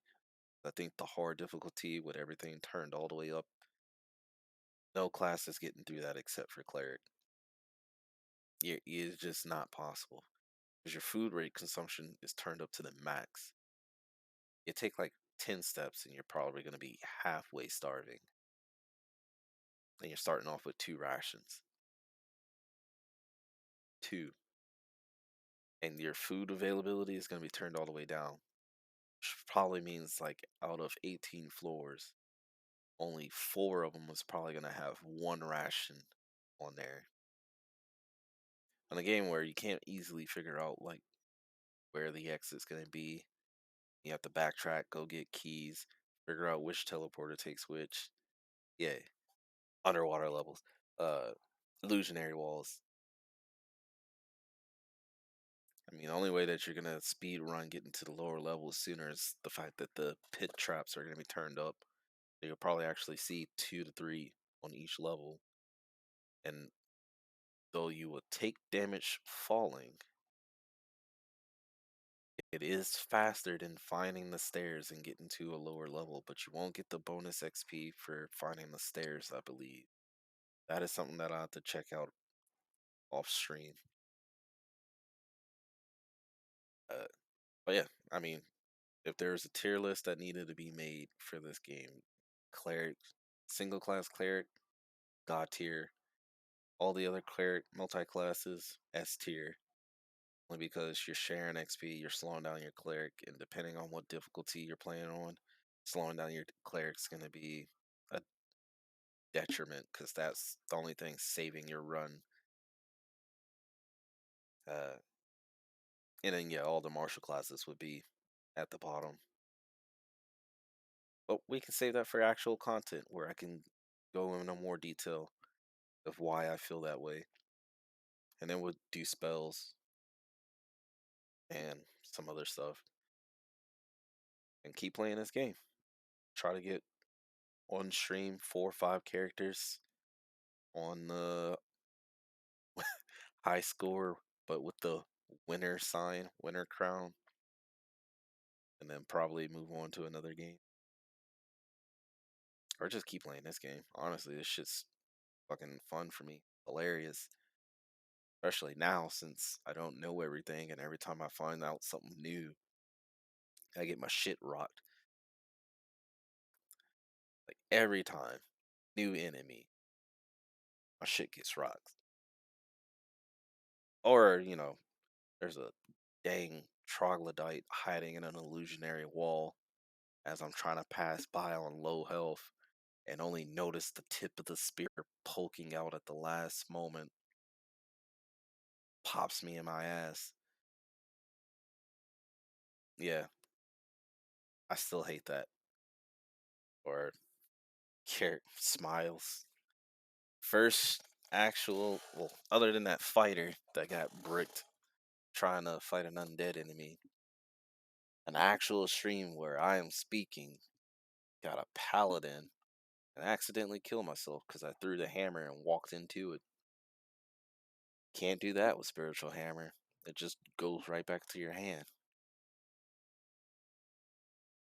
All right, I've been stalling long enough. So thanks for joining me today on Dungeon Hack. Sorry that I couldn't carry a pure mage going, and we will rest however many times it actually takes to get these spell slots back and to just keep blasting through these levels. And we will get there. We'll get there. We will get to the higher levels. And the moment we find Vampiric Touch, we will be unstoppable. We'll be unstoppable. We're gonna keep stacking it up, stacking it up, stacking it up. I will even at save imminent return to go back to a lower level so that we can stack up Vampiric Touch on those enemies super quickly. So they should be dying in like one hit at that point. With that, if the mage die, and it won't, we'll drop back down to a fighter, figure out what settings will be the closest to our baseline for all classes, and then go back there and start working down the line. Uh, there are a couple of multi classes that I haven't touched yet. I haven't touched cleric or fighter cleric. I haven't touched fighter thief. I haven't touched fighter mage or fighter mage thief, thief mage, ranger cleric, and that's it. Those are the multi classes I haven't touched yet, only because I kind of know how they're gonna go. Uh, all the cleric ones, you're relying on the cleric. Fighter thief, I don't know why you would do that, because only thing you're gonna get is lock picking from the thief starting. Like they start off with lock picks, so you're gonna start off with a lock pick and a bow, but you're still just gonna play like a fighter. Like multi-classing is supposed to give you the best of both worlds, right? If you're a cleric, you have divine spells, cool. You're a mage, you have arcane spells. So if you're a cleric mage, you get both. Oh, you're a cleric also, so you're gonna be able to wear armor. You can't cast arcane spells in armor. You're gonna have it. You're gonna be able to use weapons that you normally wouldn't be able to. So in this game, the weapon proficiency things aren't all too noticeable. Like as a mage, we're getting daggers, stabs as our like personal loot options, but when you do it as a multi-class, then it really doesn't matter. You'll get whatever the cleric's able to wield. Uh, let's say fighter mage, right? All weapons, all armors, cool. You're gonna have the fighter Thaco table. So if you wanted to do that Mordecai and sword stuff, but not have to worry about, having shit Thaco, that there you go. You'll be a fighter. Be no need to be reduced fighter level because you're already a multi-class fighter. That's how it should work. Don't know because well, haven't gotten that far to check it out yet. Right? So multi-class, you're supposed to get the best of both. Well, what is the thief actually good at? Lock picking. That's it. Your Thaco's trash because you're not a fighter at those. Your HP's trash. You can't backstab in this game. You're supposed to be able to move silently, but that doesn't really matter because you have no way of going invisible outside of a ring. can't identify. the- That's it. Your main benefit is you start off with a bow and you start off with lock picking. As a fighter, I don't need a bow. Lock pick can be nice. Don't have to backtrack looking for keys. But everything that you're gonna get out of that is mainly from the fighter. You're gonna have better tackle because of the fighter. You're gonna have better weapon selections because you're a fighter. Higher HP because you're a fighter. Because you're getting the average of the fighter 1d10 versus the thief's like 1d6 or some dumb thing, dumb shit. Don't play a fighter thief. Don't even play a thief, to be honest. I'ma play it, but also know that I'm playing it knowing that it's gonna die pretty early on, extremely early on, and just everything that it does in this game, a fighter will do vastly better, even lock picking, if you can find the lock picks.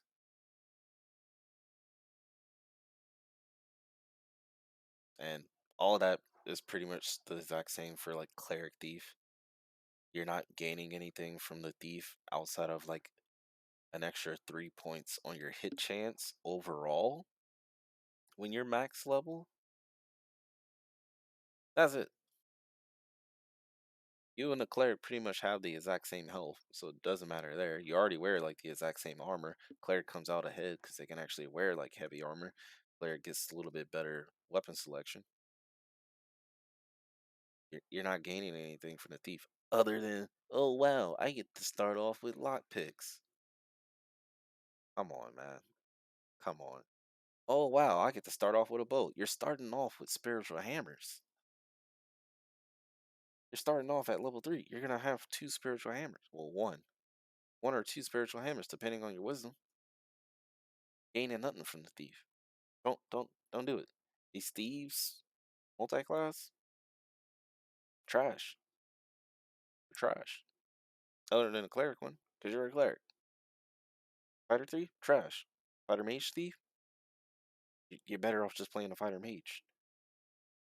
So anyway, I'll save that for a video for like tier list stuff. Once I learn how to do video editing, try to make it at least somewhat coherent. Though, if you look at my bio, it says low effort streamer. I might just actually click on these glasses and just talk to them throughout the line. But just know Thief is F tier, and Fighter's not that far behind when we look at the difficulty that's baseline. Anyway, hey, thanks for joining me tonight. Thanks for watching. For those of you watching this as a VOD, those of you that's probably going to be watching it on YouTube, sorry that it sounds silent. Hey, that's the rules on Twitch. I do have a lo-fi plan, but I just won't be able to listen to it. I just recommend throwing some lo-fi on yourself, turning it just low enough to where you can still hear it and still hear me in this gameplay, and you'll have the exact same experience. The exact same. Oh, one announcement is typically I won't be able to stream on Fridays and Saturdays due to real life commitments of Dungeons and Dragons and friend group stuff. But if I do stream, it would be super late. Probably not on a Friday. On a Saturday, more than likely, but the stream would start at like 10, 10, 10:30, 11, and I would probably only be comfortable streaming for an hour or two. So, with that being said, if you don't see me Friday or Saturday, you might be able to catch me Sunday mid afternoon. If not, then I'll be back Monday with more Dungeon Hack. I won't touch the save file. I might do a couple of off stream stuff. We'll see how much Baldur Gates 2 kicks my butt because it's my first time going through that. But I appreciate each and every one of you, and I hope y'all have an amazing day. And if you don't come back, hey, Hope you get everything that you want in life. Just know that you can. And I'll see y'all folks later.